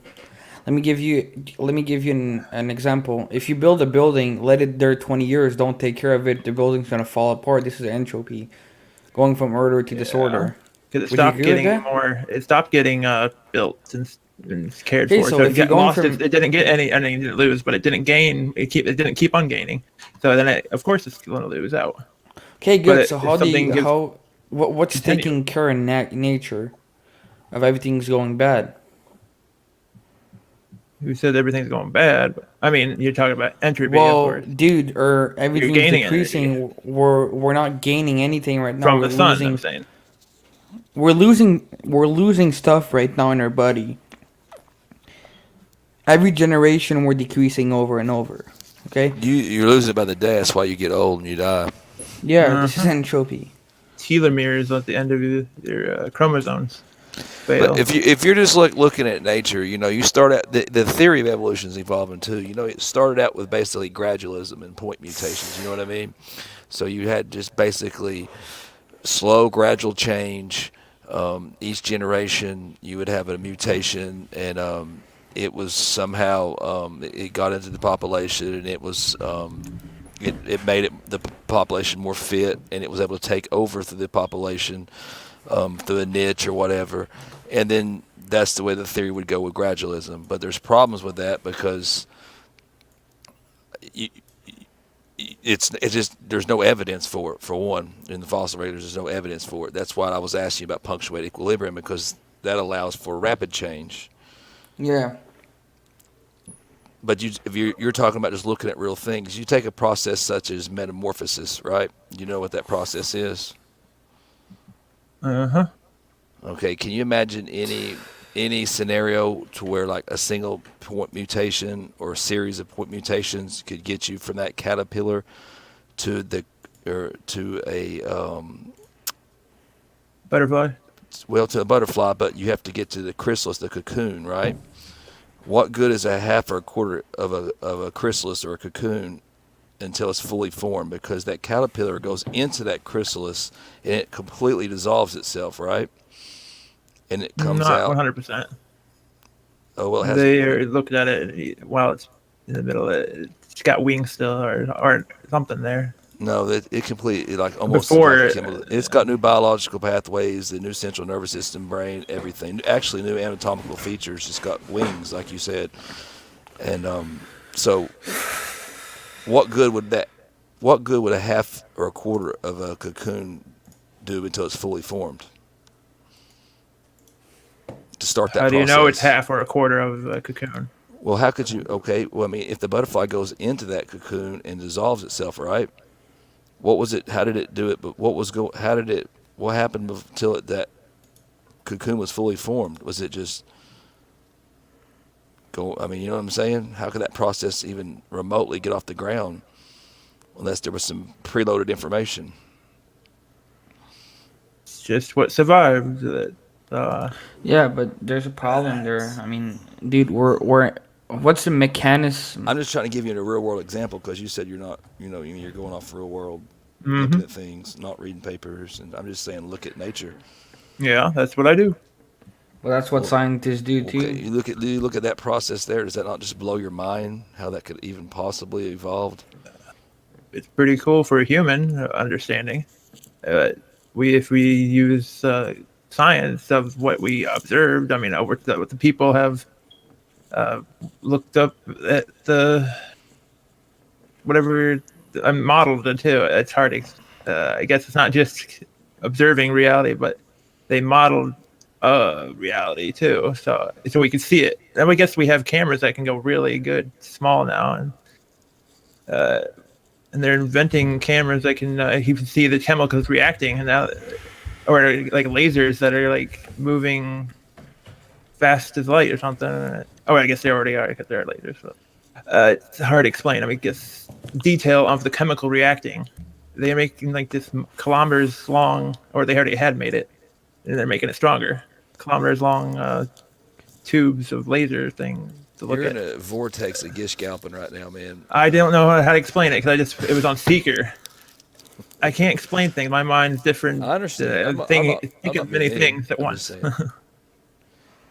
I'm I never really talk to people too much. I was just trying to show you a little bit how the theory's changed and how it's evolving because they keep changing it over and over.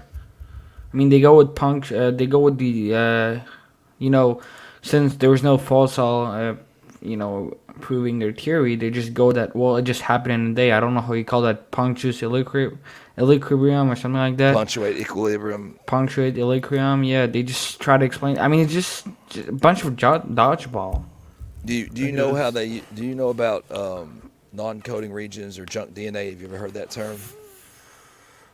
Junk DNA, yeah, but it's not what you think it is. There's no such thing as junk DNA. Yeah, I know. That's what I'm saying. It was just some guy that wrote it down. That's why I'm saying we misunderstand it. Just one person or something, and maybe other people might have used it too, but it doesn't mean actual junk. It's just non-coding or something like that. Right, the non-coding regions, correct. So it was just misunderstanding, and people people keep on misusing it and saying it because some people keep on using it accidentally or something, or haven't learned how to say non-coding or something. That means people think it's still junk or something in the science. that has function. There's actual function there, and it used to be like they thought like 80-90% more. Now it's down to like maybe 50-60%. Well, you were getting better understanding. It's not quite down that low yet. Excuse me, but they're saying that at best it'll probably get down to 50-60%. But creationists predicted a long time ago that it was going to have function, and it will keep continuing to find function. And just giving you predictions that creationists have made that you just say whatever too, and then something just happens to hit, and then we made the prediction. You can say a million other things too about something. Just one of these things hit, and then that's pretty specific prediction. It's like a crystal ball or something. It's somebody just saying multiple things, and then yeah, that's the one. I'm trying to give you population. I'm trying to give you I'm getting away from abiogenesis for right now, and just trying to you can disprove evolution without even having to go to the conundrums that you got at the cellular level. You know what I mean, with DNA, RNA, and all that. It doesn't even make sense when you say disprove evolution when that's natural selection. It's all observed, all of it. It's like nothing can be made sense to say that.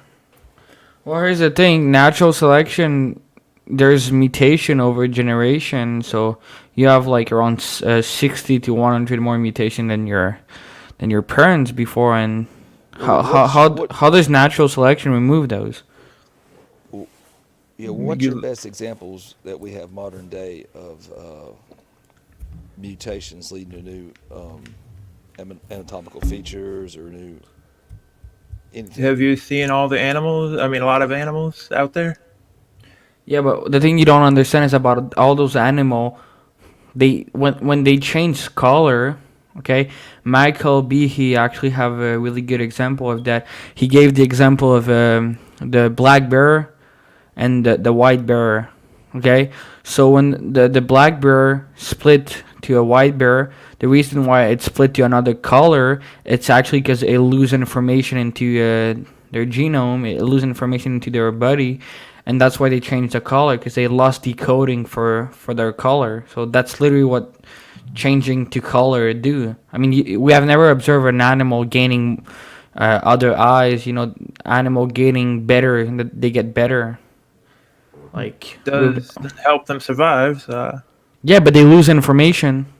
So how do you explain that? That's the ones that you looked up. Dude, there's no such thing as beneficial mutation. We have never observed a mutation with better that just add information. Are you familiar with like the fruit fly experiments? Yeah, kind of. Okay, they've been doing that for something like 80 plus years, and because they have a quick generational time, and they've got them to do things like get extra wings, eyes, just all kinds of different stuff, but they've not got it to change fundamentally from the species of what it was to start out with. Of course not. It's their DNA is building upon. It already has that DNA, so it's getting changed. So it's never going to change. That's what you're saying. I mean, we are our past. Whatever we are in the past, we are still. So fruit flies aren't ever going to change. They could change with, different looking. Nature can do it, but we can't do it. Nature can do it, but we can't do it, right? We did do it, kind of. We made it different eyes. We gave it no wings. We already had eyes. They already had the information for eyes. I know. I'm just saying it changed. That's all it needs. Where's the new information? It is new information. Like, dude, no, it's not. No, it's you mean like the fly gets a stinger? You know what I mean? We can move from another animal to. Yeah, but they lose information. So it can gain it. No, they lose information. We got color like jellyfish or something. We can move it to a cat. They did one time, I remember years ago. Yeah, they glow in the dark cats. Do you understand that? That's humans. do you understand that when they split to another color, usually it's split because they actually lose their color coding. So that's why they change out into another color, because they actually lose the coding for the color. So let me ask you that real quick. Imagine I have a car, and I need to go somewhere, but I don't have enough gas, and I'm gonna die from it. Well, I'm gonna remove stuff out of the car to get over there, but my cars end up losing stuff, doesn't end up gaining anything. So if you go like that for a couple million years, well, you're just gonna decrease, and you're not gonna be able to survive. Well, that's different in how chemistry works. Well, You're that's what we gaining observe it in too. animal. You're getting from the sun, and you're getting from the environment, all your food. You're change. You are what you eat too. So I can give an example for that. Hello Yeah, go there. ahead, Luca. What's up, man? Sickle Okay. cell anemia, is it coming? No, no, no, no, no. Way better than that. Teosinte. Teosinte into corn. Plants are very good example of evolution, in my opinion. What you think about that? You have a grass plant, basically, and you get to corn. And we know exactly how did it happen. So we know that Hyacinthe evolved into corn, and corn it's a better plant in every aspect of that plant. So, what do you say about that? Or are you trying to say that the plant started? You give the example of the corn. So are you trying to say that the plant just started by that and just started evolving into a corn? We know the plants that create, let me say that, corn. So we have the old plant Teosinte, it's a kind of grass, and now we have corn and Teosinte. Teosinte is still around and can interbreed with the corn.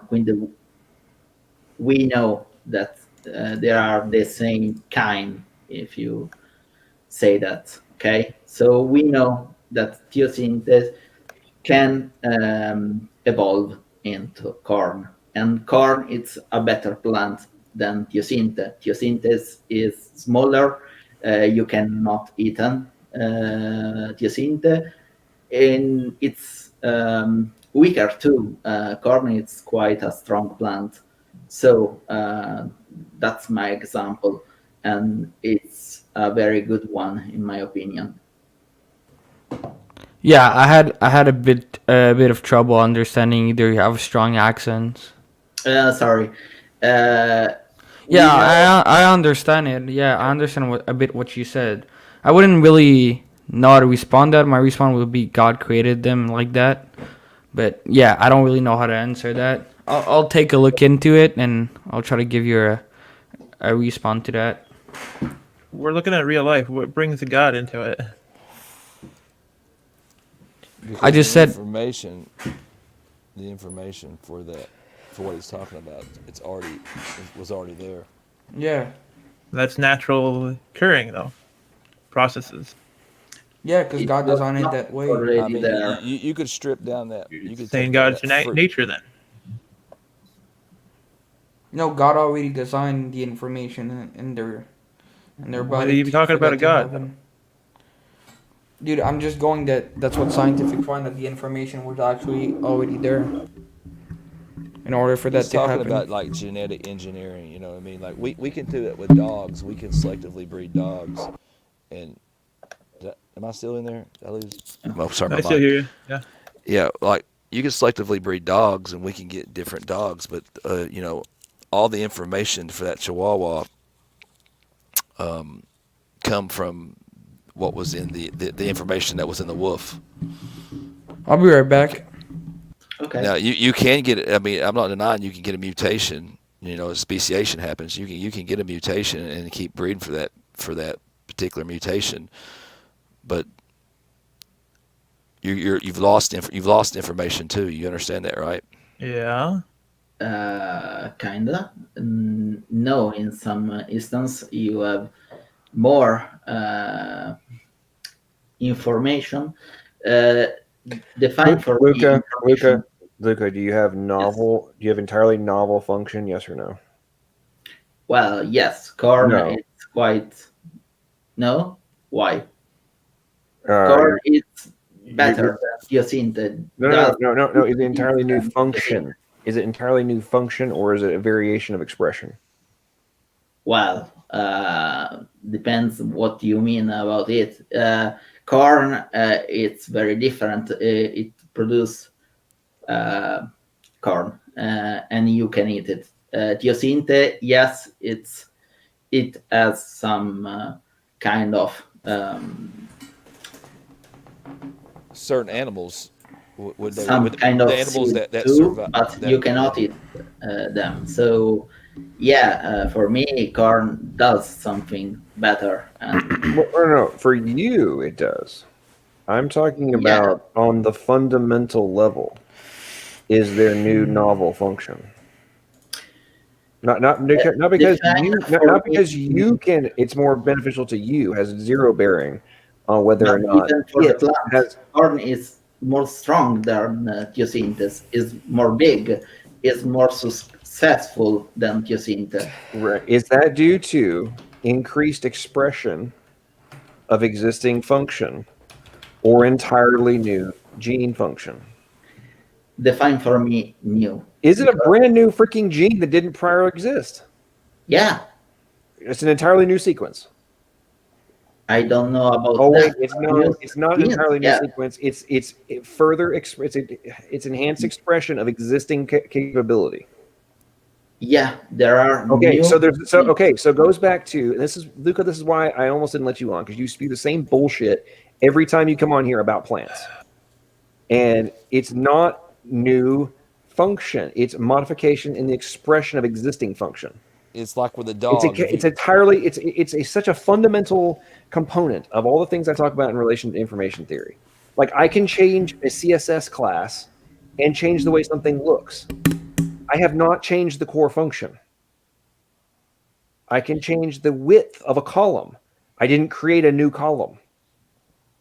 Like this is so basic. I don't understand how people like you who work in this stuff professionally, how this goes over your head. I know you're not an idiot. But you come in here and you're so adamant in proving evolution that such basic common sense just gets tossed out the window. For evolution to be true, you can't just have a modification to a pre-existing capacity. You must have a new one. What? Yeah, if in some instance you know that plants are Okay. So how many their, different types of pears are there on this planet? Who knows? Hundreds, right? At the core, are they still a freaking pear? Of course. yes, Okay, so they've got slightly different texture. The skin color may be slightly different. They might grow a little bit better in a different climate. At the core, is it still a pear? yeah, Is it same thing with an apple? Yeah. same thing with Human. a dog, like a bloodhound. Okay, Can so smell better. this is what I'm saying. Like, has the apple become a pumpkin? Why would it? yeah. Did the apple become a pumpkin? It's its own thing. Right, that's my whole point. Yeah. But So, in the past, they were connected. Is a green apple and a red apple, are they still apples? Yeah. Yeah. That's modern. That's why. Okay, so the modification, the supposed evolution, is that it stayed an apple and it's got a different color and a slightly different flavor. And is that the result of a variation in pre-existing genes? Like right, expressing. Okay, different then. parts of the genes that was already there. So, is that evolution in terms of creation of new novel function because it's now red versus green? Slight change. Yeah. I can ask So let's you go a back. So let's question. go back to changing a CSS file. If I Before it was an apple. How about if that? I change the hex code in a CSS class, can I change the color of whatever the hell I want on a web app? Yep, I can. Have I created an entirely new function because I changed the color? Nope. Nope. It's still the exact same thing with a It's different, still the same thing. with a different hex code. What the hell do you think is happening with variable gene expression? Like, this is so basic. I don't understand how anybody with an IQ above 10 can't comprehend that. It's the humans that are drawing the lines to calling it apple and stuff. But Dude. Like there's things that Dude, look like apples, like mangoes or this something, has right? nothing to do with the root. Dude, just shut up, man. You don't Do understand. we call that apple? Dude, you don't understand what's being discussed. Go ahead, Luca. Yeah. Let me ask something. For you, a pear and an apple are different. Two different fruits are two separate things, or are the same and they have a common ancestor? It's within the realm of possibility, but I don't know. What's your point? Yeah, my point is you can take branch from a pear apple and put it in an apple tree, and it can grow again. The plant can assimilate that branch and go Hang on with its life. on. Is the fruit that is still going to be produced? Yeah. Is it still going to be a pear, or is it going to come out? Okay, so it's not going to. Incredible, but Hang on. So it's not going to, even though that it's grafted into a apple tree, it's not going to start producing apples, correct? Yeah, no. It'll still produce pears? Yeah. Okay, so in this context, is it being able to draw nutrients from a tree? Yeah, Okay. but not only that. The other tree will heal that branch, will recognize that branch as his own part.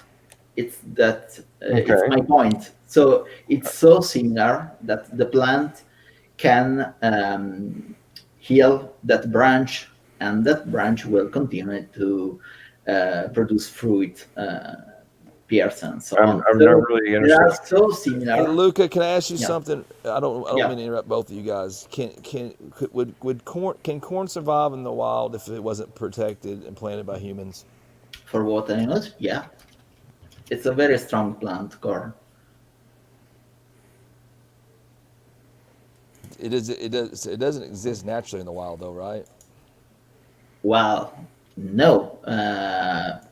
We have to Depends, because baby corn. I think you can find the corn outside the plantation. Of course, there are some kind of corn that they are so strong that can infestate other parts, and it's quite a problem, especially for GMO plants.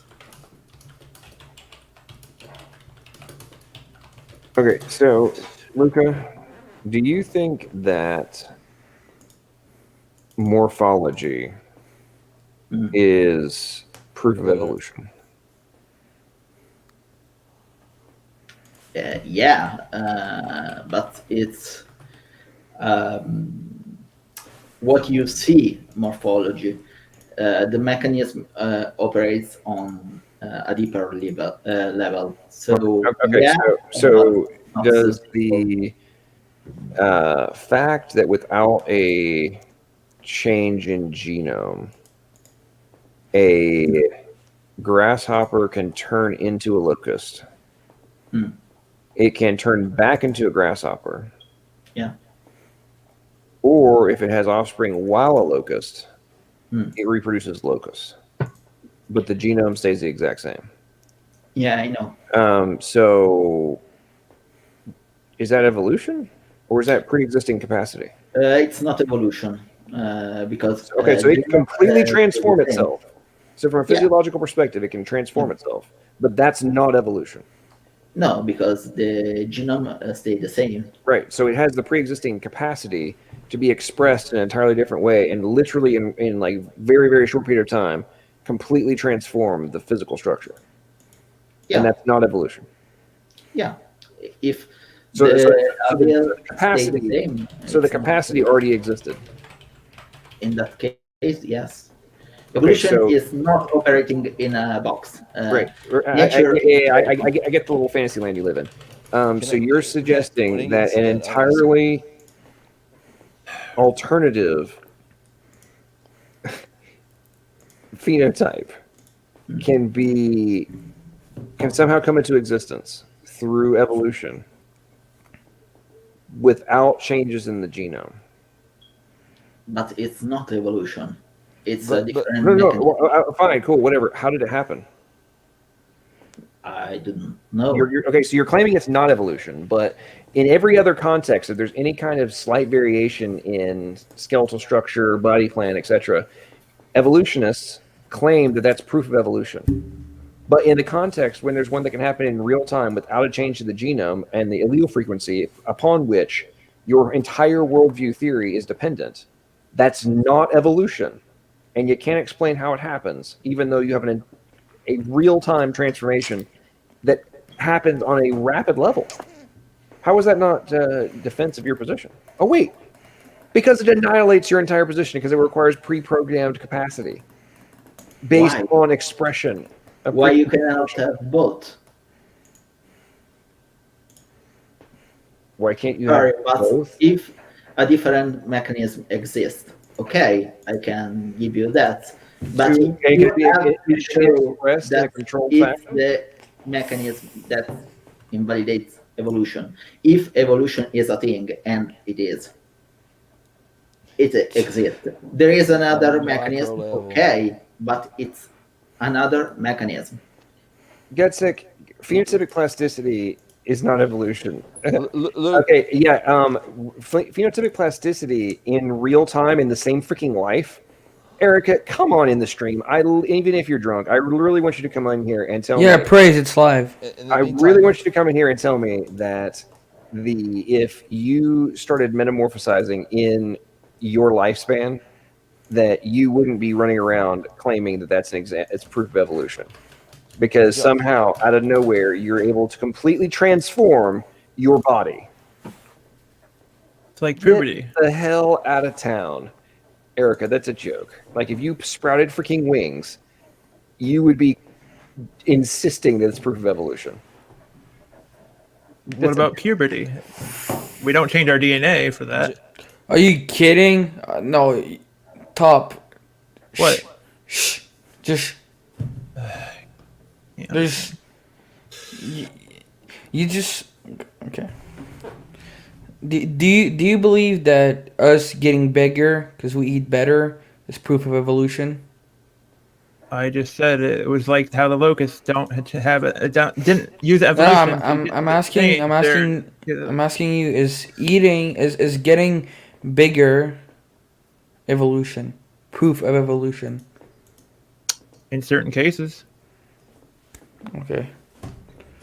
It's not just one thing, so you have to narrow it down a little bit more than that. So you're saying because we eat, we get bigger, it's proof of evolution? If we're getting more energy. Evolution is something that works only intra-generation. So if you get better in your lifetime, it's not evolution by definition. Okay, so you guys just contradict each other. So wow. So Luca, can I share screen, John? You get done? Yeah. So Luca, you're suggesting that somehow the locust managed to, or the grasshopper managed to develop a entirely alternative. Oh, a gut stick is coming. Oh, good. From just an intergenerational perspective, even though it requires you have to have a working capacity in order to undertake this transformation. So I do not know enough to talk about this subject. I know that there this mechanism, and it's not evolution, because if it's not changing the alleles, you have not evolution. So it's not evolution. Right. I get what you're claiming. The point I'm making is that somehow, through undirected process, somehow, two alternative phenotypes had to be coexistent in the grasshopper genome. And they have to have the capacity to reverse the change.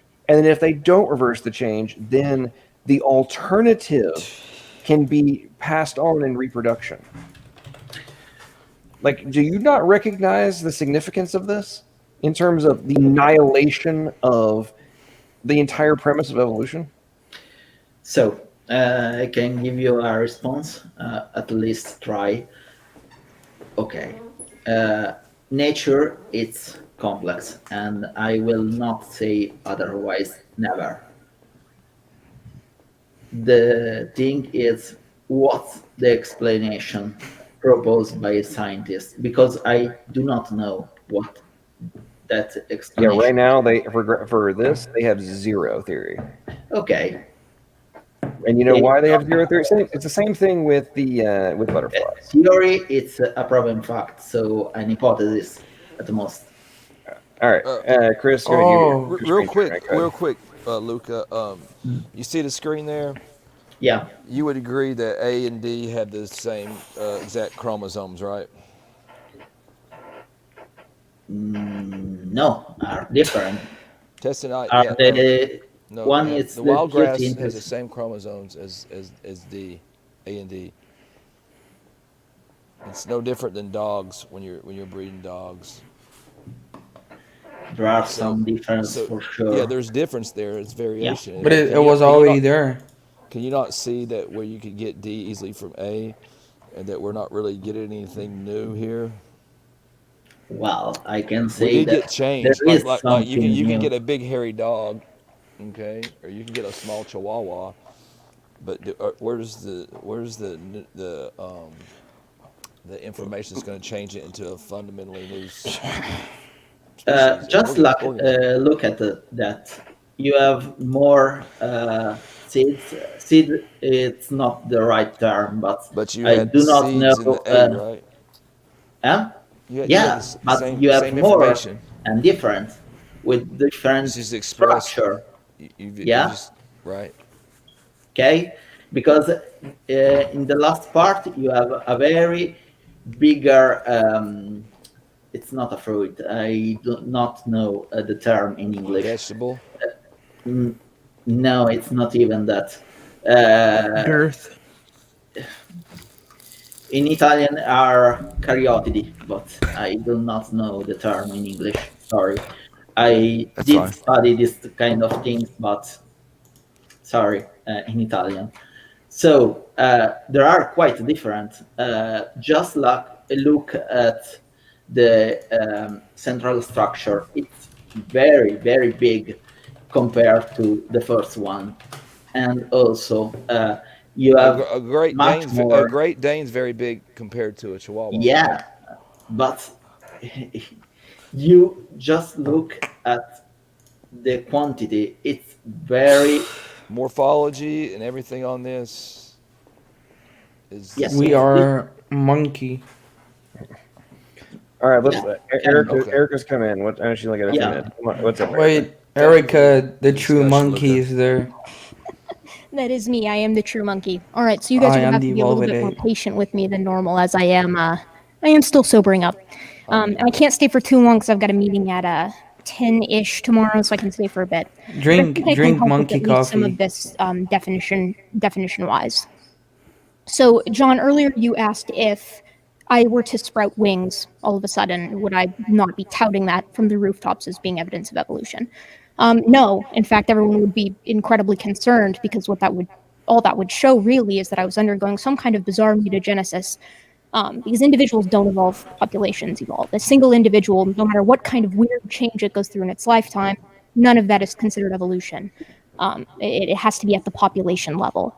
Now, some people consider. Erica, hang on. It's got to be at a population level. Let's drill that down just a second. No, by all means. At some point, does some individual inside that population have to have whatever from your model? Do they not have to at some point have the mutation which results in the new outcome? I mean, and then have to pass it on. What kind are you just speaking from the stance of what would eventually result in speciation? Well, let's talk about novel function. Well, novel function, though, in the realm of evolution, from a human level of understanding typically has to do with, it is invariably tied with the act of speciation. And that is kind of difficult, right? Because speciation is And ultimately. at some point, some individual has to be the initiator of the new species, correct? So let me make sure I'm understanding you correctly. Erica, Erica, you're not dumb. Let's think about this for a second. No, John. I just want to make sure I'm at getting some it. point I want to in make sure I'm mammals, understanding you correctly. I'm going to be very blunt.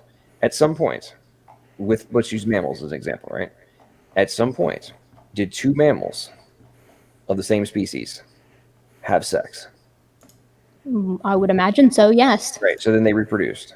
Sure. And some portion, somehow, in that recombination, as a result of time and all of these aggregated mutations, this new recombination results in a new function, correct? In the sense that you get a new morphology that allows for a new function, yes. Okay. So somehow this had to happen, and there were, in context of mammals, we'll use that to make it easy, there were two individuals that this happened in, and then that's where this whole thing started, correct? I mean, it's So the whole actually, argument about it's would, population level and like spewing all these buzzwords doesn't eliminate the fact that at some point from your model, two members of the same species had sex, reproduced, and then this is what was the catalyst for whatever this new speciation was, right? in some senses, yes, but in others, you're grossly off. I mean, that's what I'm trying to explain. So if you have a population of, pick any animal, let's say wolves, and some of these Monkey. wolves of this I love monkey, yes, but wolves tends to be something that people can understand relatively easily. And, you know, in my current state, I think it's easiest to use wolves. So let's say we've got this population of wolves living in a forest. And, you know, some wolves, for whatever reason, experience a novel mutation, and it ends up with these wolves, once they reach adulthood, having an extra toe. Now, it's possible that that extra toe is beneficial, and it's possible that it has no impact on fitness at all, and it's possible that it's detrimental. Let's say, for the sake of argument, that it's completely neutral.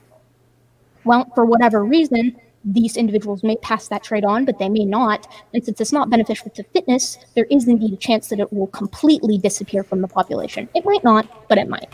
And if it does indeed completely disappear, then the species has not evolved because this has not taken place at the population level. It hasn't cemented itself and proliferated within the population.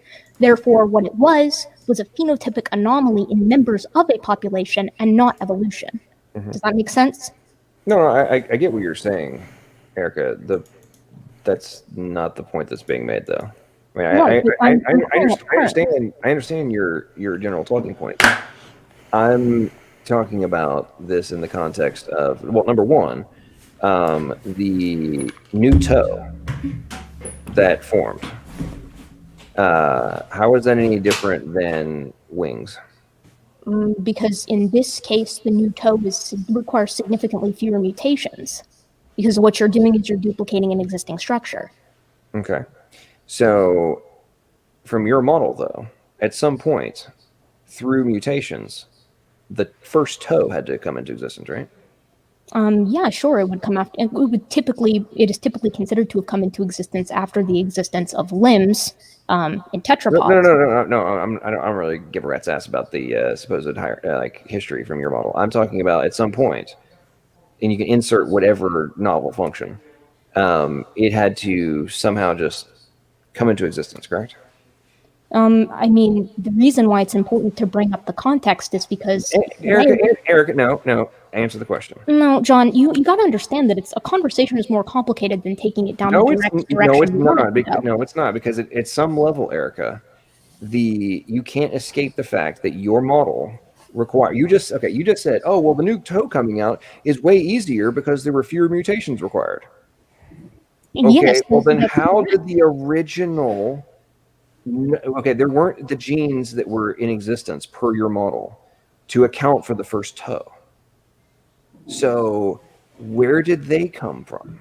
Right, John, you do realize that the vast times 100 majority of structures that exist in organisms on this earth are simply alterations on previous structures.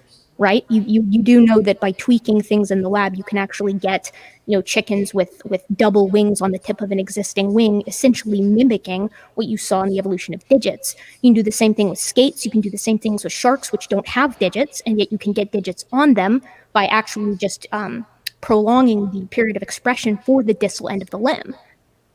So You get this, right? Like, it's all recapitulation. No, I understand what you're talking about. I understand what you're suggesting can be done in a controlled setting in a lab, and I also understand what can be accomplished in a mutation perspective, which on almost every single case in any other context, if I have an extra arm, that's not a positive. Yeah, no, I would agree with that wholeheartedly. Okay, so the number one, the controlled fly experiments, like, oh, cool, this is the gene that expresses wings. Let's see what happens if we take it out and plug it in over here in this other portion of the genome. Let's see what happens. Like, if you're taking preset data and sequence function that already exists and you go plug it in somewhere else and then the same function is expressed, if you think that is actually in your favor, then I'm sorry. That is ignorant. That is like John, no. That's like saying I cut and paste some source code. I pasted it further down, and holy crap, I now have the same function in a different spot. I mean, John, that's fine that you think that, but the evolution. I would like to finish my thought. I would love to finish my thought. I would love to finish my thought here, if that's possible. I would think it would be superb if I could finish my thought here. So the evolution of digits from limbs is literally just a duplication in the string of code, if you will, that controls for the expression of the set period of time by which that limb is supposed to develop. By prolonging that period with one duplication, you get digits. It's not that difficult. Hey, my bad. I got to run, so I just want to say hi to Luca and everybody else in the chat, and God bless y'all. Serenity prayer for the Christians. God please grant us the serenity to accept the things we cannot change, strength to change things we can, wisdom to know different. And this is for the atheists in the chat and live chat in the room. Dear Lord Bill Jesus, Morgan. I'm a sinner and ask for your forgiveness. I believe you died for my sins and rose from the dead. I turn from my sins and invite you to come into my heart and life. I want to trust you and follow you as my Lord and Savior. Don't get the vaccine. Don't get microchipped. Don't take the RNA, DNA altering, recombining CAD X01 vaccine. Okay, so it was a pleasure. Anti-vaxxer. So Erica, going back to digits. Did you mute him? So that may have been a good move. Yeah. So are you suggesting, Erica, that there is absolutely nothing different about your thumb versus your pinky? No, not at all. Okay. And 2, are you suggesting there's nothing that outside of just the digit itself doesn't construct the overall architecture of the hand? I mean, when it comes to ontogeny within the developmental process, like within the womb or within the egg or whatever, after controls are essentially initiated, this thing like goes off like stepwise. So one domino hits the other chemically. Now, if you want to talk about what starts the process, that's a different topic entirely. But if you just want to talk about gross macroevolution of big scale structures, it really is that simple. Okay, so I honestly think that you are stunningly naive. I mean, that's fine. I think the same of you, John. Well, Don't congratulations. insult my monkey. That's awesome. I mean, so you think that the multiple subset control factors that they're discovering on a monthly basis, seems like, that control the end outcomes from a epitranscriptome perspective, a epigenetic standpoint in general, that control these overall expressions that result, and then we're now discovering that modifications to those actually have all sorts of crazy ramifications to what you think are just, oh, it just starts and it happens. you actually think that like something that's has this level of multifunction and multi-subset capacities just happens like through cascade? I mean, I'm actually really surprised that you haven't read some of this stuff, given what your research document looks like. I have. I mean, I don't think you have if you weren't capable of like following me or knew already the situation. I heard exactly what you said. I think what you're saying is extraordinarily naive and outdated. And it sounds like you didn't really know what I was going to say, though, which means you're not well read on it. I mean, this stuff is not that difficult for me to understand, and I don't know biochem all that well. Okay, so are you suggesting that just Hox gene expressed, therefore hand? No, God no. There's a lot more to it than that. But what I'm saying is that every macroscopic structure is simply a recapitulation with tweaking of a structure that existed before. This is called precursor structures with mutation. So I mean, I don't So you do realize that this whole precursor structures mutation is utter supposition. No, it can take you back an incredibly distant or rather large number. Now, what I want to say to you, I'm going to ask you a question now, John. Could you ask me a question? I'd love to ask you one. Answer the question. Has any of that, what you just stated as 100% fact, has any of that been observed? Listen, John, I'm not going to be muted if I can't ask you questions too. You can ask me a question after you answer mine, because you just made this very strong assertion. Has anything that you just asserted as 100% fact, has it been observed? You mean like mutation, like taking a precursor structure, mutating it, and getting something entirely new? No, I'm talking about in all the forms that we see. The different body plan structures, different appendages. They've literally done this in the lab. That's what I'm telling you. That's how we know that can happen. Really? So you're telling me that they have turned a normal unit into a wing? I'm telling you that 100% we have taken animals without digits and given them digits. Did they insert new gene sequences? Not that I know of. If I remember correctly, all it was a change in the duration of expression. Oh, okay. I know. I some of the things you're talking about. I understand what you're talking about, but I'm saying completely novel. Monkey. But what I'm saying is that what you want, these completely new novel structures, that doesn't really happen. Like, there have been some novel mutations, like way back in early Earth history, but we haven't really had that many novel new things. This is now anecdotal. You're saying in early Earth history, we did not observe any of this. That all of that is utter supposition. John, I want nothing more than to have an old Earth conversation with you, because I'm shocked that someone who values empiricism so much as you do isn't convinced by an ancient Earth. I'm absolutely flabbergasted by that. But that's mostly because I actually also look into quantum mechanics, and I think that there's a hell of a lot more in relation to time. I definitely saw you talking about that the other day. I actually took the time to look into that a little bit, but I would love to get into that with you at another juncture. But I want to continue now. I mean, yeah, no, I know. Repeat that. I missed it. You said you had a question. Go ahead. Yeah.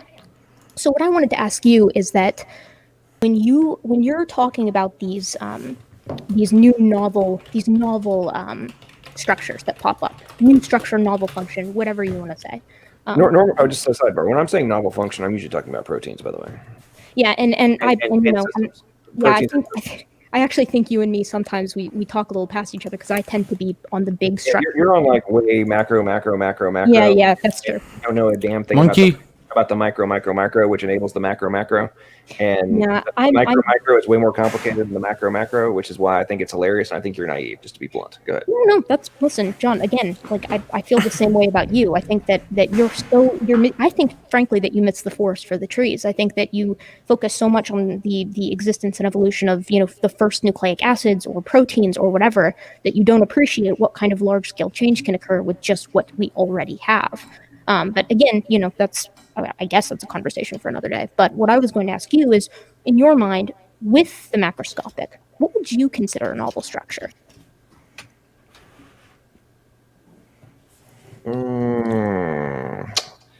The gear joints of I'm drawing a blank on the name. The gear joints that work in synchronicity of the beetle that can launch at ridiculous velocity. and they are literal gears. Yeah, I've seen those before. So those are really interesting because, what those are is an alteration on what we see in the click mechanism of pretty much every hymenopteron that's ever existed. So, again, what we look at is we see really cool novel structure under the right conditions become something novel cool. That function that's optimized, you're glossing over the fact that literal gears somehow came into existence through undirected process in your worldview. Wait, you don't know much about insect anatomy, do you? I know a little bit of things about insect anatomy, but the point I'm making is, are you suggesting that it is completely and utterly rational to conclude that interconnecting gears, that if you looked at them under a microscope and you didn't know they were from a freaking bug, would look like they came out of a clock? You're saying that is just totally rational to conclude that somehow the pre-existing data set that is required in order to form the proteins, which ultimately form these gears, and they can be executed in a controlled fashion under a time dilation or time dependency, if you're talking about for the their expression, which is kind of gloss over like the underlying, like, here's all the ridiculous amount of pieces that have to be in place in order for this to happen based on a time factor. And don't see the significance of this. You're suggesting that kind of technology is just like, oh, no big deal. No, I'm telling you that closely related beetles have similar structures. I don't give two shits about the fact that two beetles have them. I'm talking about the original, how they came into existence in the first place from your model. Yeah, I know. That's what I'm trying to explain to you. It's an alteration on a pre-existing structure. I don't know. No. How did the structure that got modified into being slightly more optimal from your perspective, how did the gears get formed? Okay, I literally am just going to repeat the same thing. I don't think you're getting what I'm saying. Like, I genuinely think you're not hearing me here.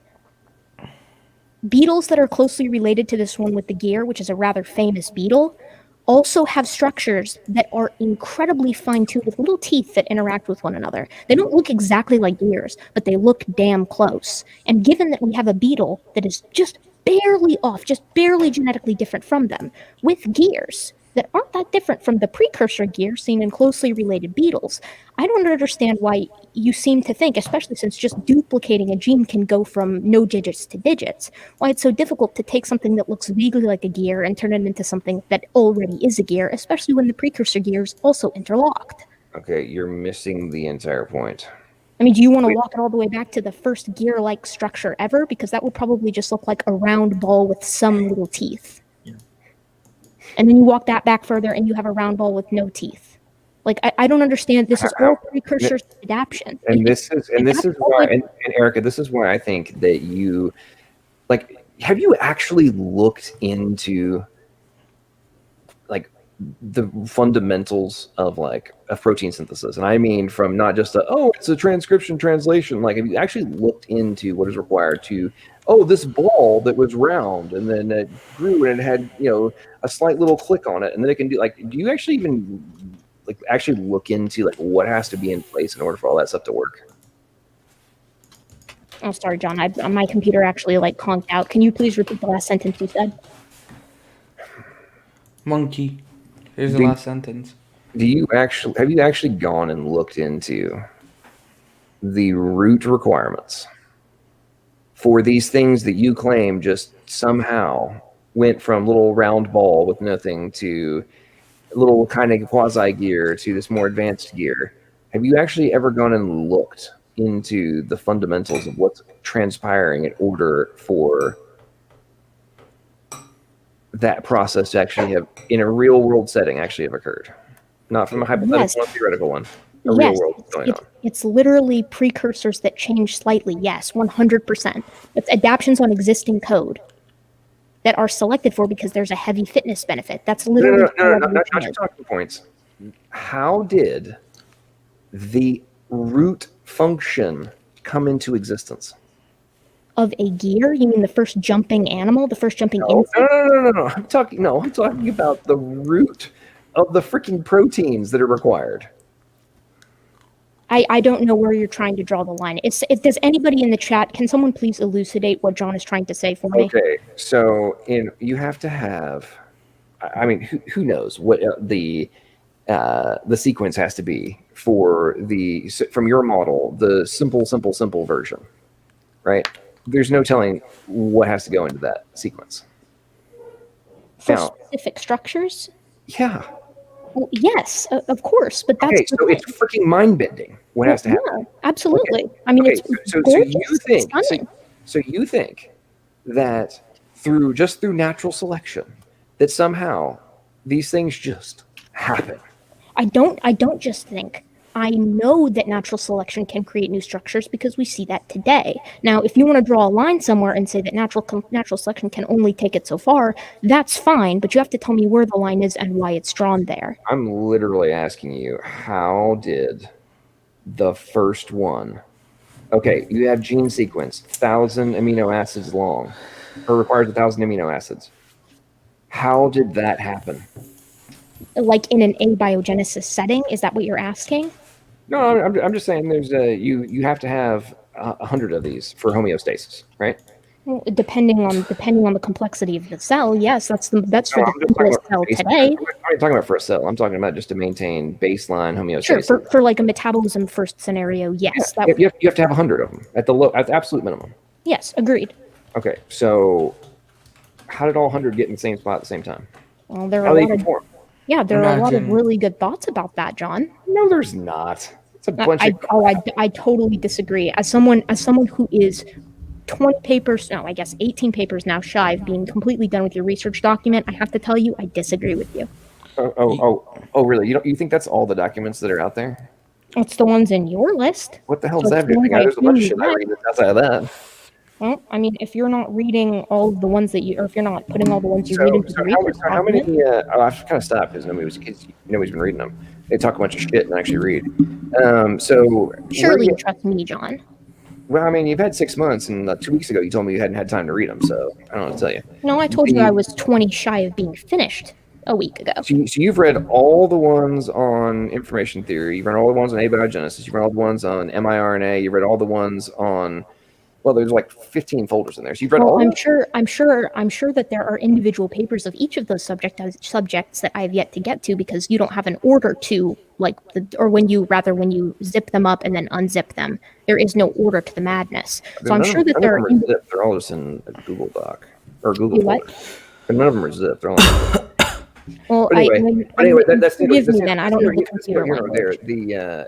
As of 2020, have they gotten past 20 nucleotides other than controlled activated nucleotides on clay in a non-activated setting?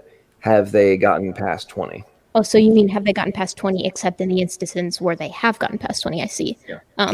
So is there anything remotely natural about activated nucleotides on clay in controlled setting that has they don't have ATP synthase, but somehow they're saying that it is going to be there?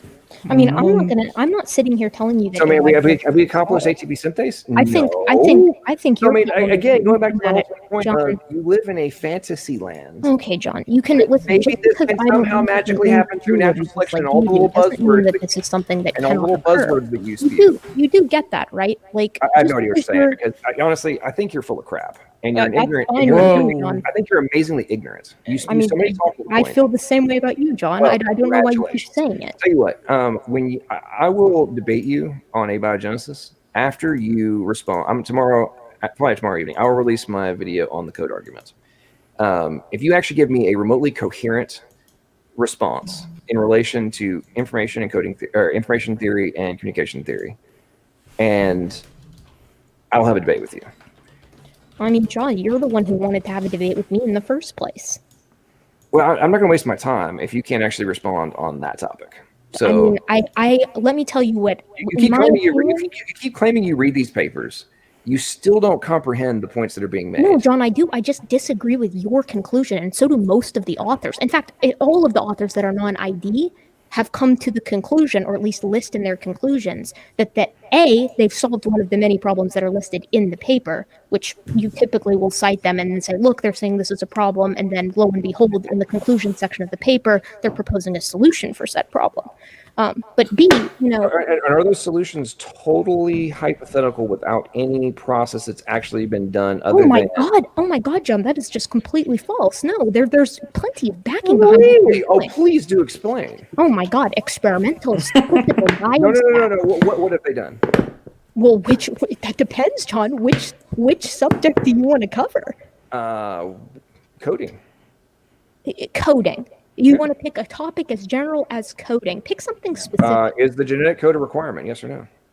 Is the genetic code... Well, first you have to decide whether or not the genetic code is a code in the sense that humans see a code. Like I said, respond to my video tomorrow. Okay, John. And then Any we'll answer I see give what is happens. going to be And if insufficient. it's actually a code... Oh, really? Okay. So, If I don't agree with you... Are you suggesting that all of the PhDs who are atheists, who recognize it as a literal code, are you suggesting that they're just wrong? No, I'm suggesting that there's disagreement. That's all I'm suggesting with regard to DNA being a code. That's it. I can. All right, it's almost 2 o'clock in the morning. I'm tired, folks, and let's have a good one. Let's wrap it up. I'm done.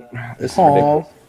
I wanted to speak about monkey. Wait, you guys love keep talking talking about for a monkey. little while. I'm going to bed. Yeah. Are you letting the stream open? I'll let y'all stream for a little bit, and I'm gonna shut it down. All right. Okay. I gotta go to bed. I just want to say I appreciate you having me in, buddy, and good talking with everybody. Good hello to everybody in the chat. I appreciate the civil discussion. And Yeah, I enjoyed the civil discussion as well. but Luca, Civil. One last thing on that corn, though, Luca. Yeah. There could have been is it possible though that a designer made that corn? Could that plant? Okay, and there was like we don't know what that plant was, but there was a great version of that, and it could have. We know the Changed mutation from okay, 'cause- Hyacinthe to corn, so we know what happened. And also, I did not interrupt the discussion, but if you look at corn, behind the seeds, you can find a different structure from Hyacinthe. It's not a simple stem. There is a different structure. Yeah, but is it not? But is it not the same thing as like I don't mean to interrupt you. I apologize because I'm gonna go. But is it not the same thing as like we selectively breed dogs? Like let's say you get a bloodhound. Well, it's a different structure. We were talking about new finger and so on, and it's something like that. There is a structure behind the seeds in the corn that can support so much seeds than Hyacinthe, and it's a different structure, and it's novel. Humans engineered that, correct? And if you look at those plants and you posted or someone else did those plants, you can recognize this structure growing and changing over time. So that's evolution. You can tell where that structure comes from, and that's the basic of evolution. Monkey. Okay, buddy. Well, I'll look into that. We'll talk more about it. But I will Yeah. say good night to Love everybody. monkey. God bless, and I'll talk to y'all later. Me too. All right. Goodbye, Chris. God bless. See you later. Goodbye, Chris. Take care. Hey, Chris. Spot. See you, Jungle. Yep. We're gonna speak about how monkey are cute. Oh, literally every monkey is cute. Monkey. Yeah, I want to buy a monkey when I'm old. I'm gonna get a monkey and get it in my house. Just hope he's not gonna poop everywhere. Hey, No. yeah, they might do that. Yeah. Don't get one that bites. Sometimes they bite. Yeah, sometimes they do bite. That's true too. Do you have a monkey, Erica? Yeah, big time. Oh, you have monkey at your house? Oh God, no! I wish I had a monkey. Well, I don't know that I wish I don't think I would ever Yeah. get a monkey. They're a lot of trouble. Just like a couple time, you wish you had them, but not forever. Yeah, I love interacting with like like monkeys and things like that. But I think that they're probably best out in the jungle. Yeah. I don't know if it's moral to possess a monkey. Yeah, I think that they're difficult to keep as pets, and they tend to not like being it. So we might as well just keep Yeah. them in the jungle. They're too smart for that. Yeah, hamsters are pretty cute too. Yeah, hamsters are so cute. Yeah, I have a friend that have like a couple hamster and they're really cute. You know, they just eat broccoli and they put it all in their mouth. Yeah, they do that. The last hamster I got hit by a truck. Oh He went out. Whoa. Yeah, so we lost it outside and we just find it outside. Monkey. Monkey. Monkey. Love I called him Monkey. It's just the best. It's the monkey memes are my favorite kind for sure. 10 out of 10. Yeah, monkey movie are pretty good too, especially the planet. You know, when monkey own a planet and they Oh, just yeah. kill everyone. What's Rise the of name of the Planet monkey is again? good. Yeah, I mean they're Planet- really. Planet of the Monkeys. Yeah, Planet of the Monkey. Yeah. True It's not that. apes. Well, that must have been a long time ago or something. Yeah. All right, guys. I'm gonna let everyone go because I do have I probably stayed longer than I should have, but I do have a meeting at 10. So bye, It was everyone. fun to meet you, Erica. Yeah, good to meet you too. It was an honor to see you. Hey, Luca. Luca and I have interacted a lot, but never. Yeah, it's an honor. Really. I'm hoping at some point I'll find myself in your neck of the woods in Milan, and Yeah. get a coffee. I will buy you a coffee and a dinner for you and your relevant one. Yeah, be careful. My fiance can be a little. He drinks a lot of coffee, so. Here, the coffee it's not that expensive, but Hey, do Erica. not need to drink coffee in a cup because we drink coffee. Yeah. I like coffee with raspberry. I want to ask you a question.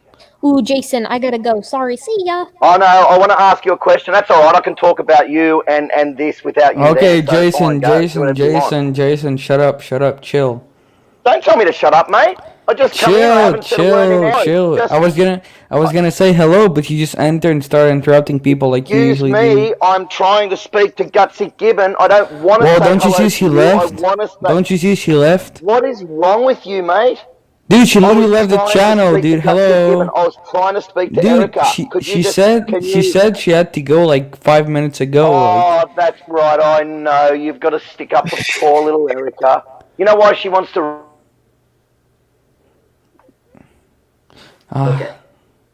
Yeah, Luca, that was a nice conversation. Nice to meet you, man. Me too. Call me Will. How was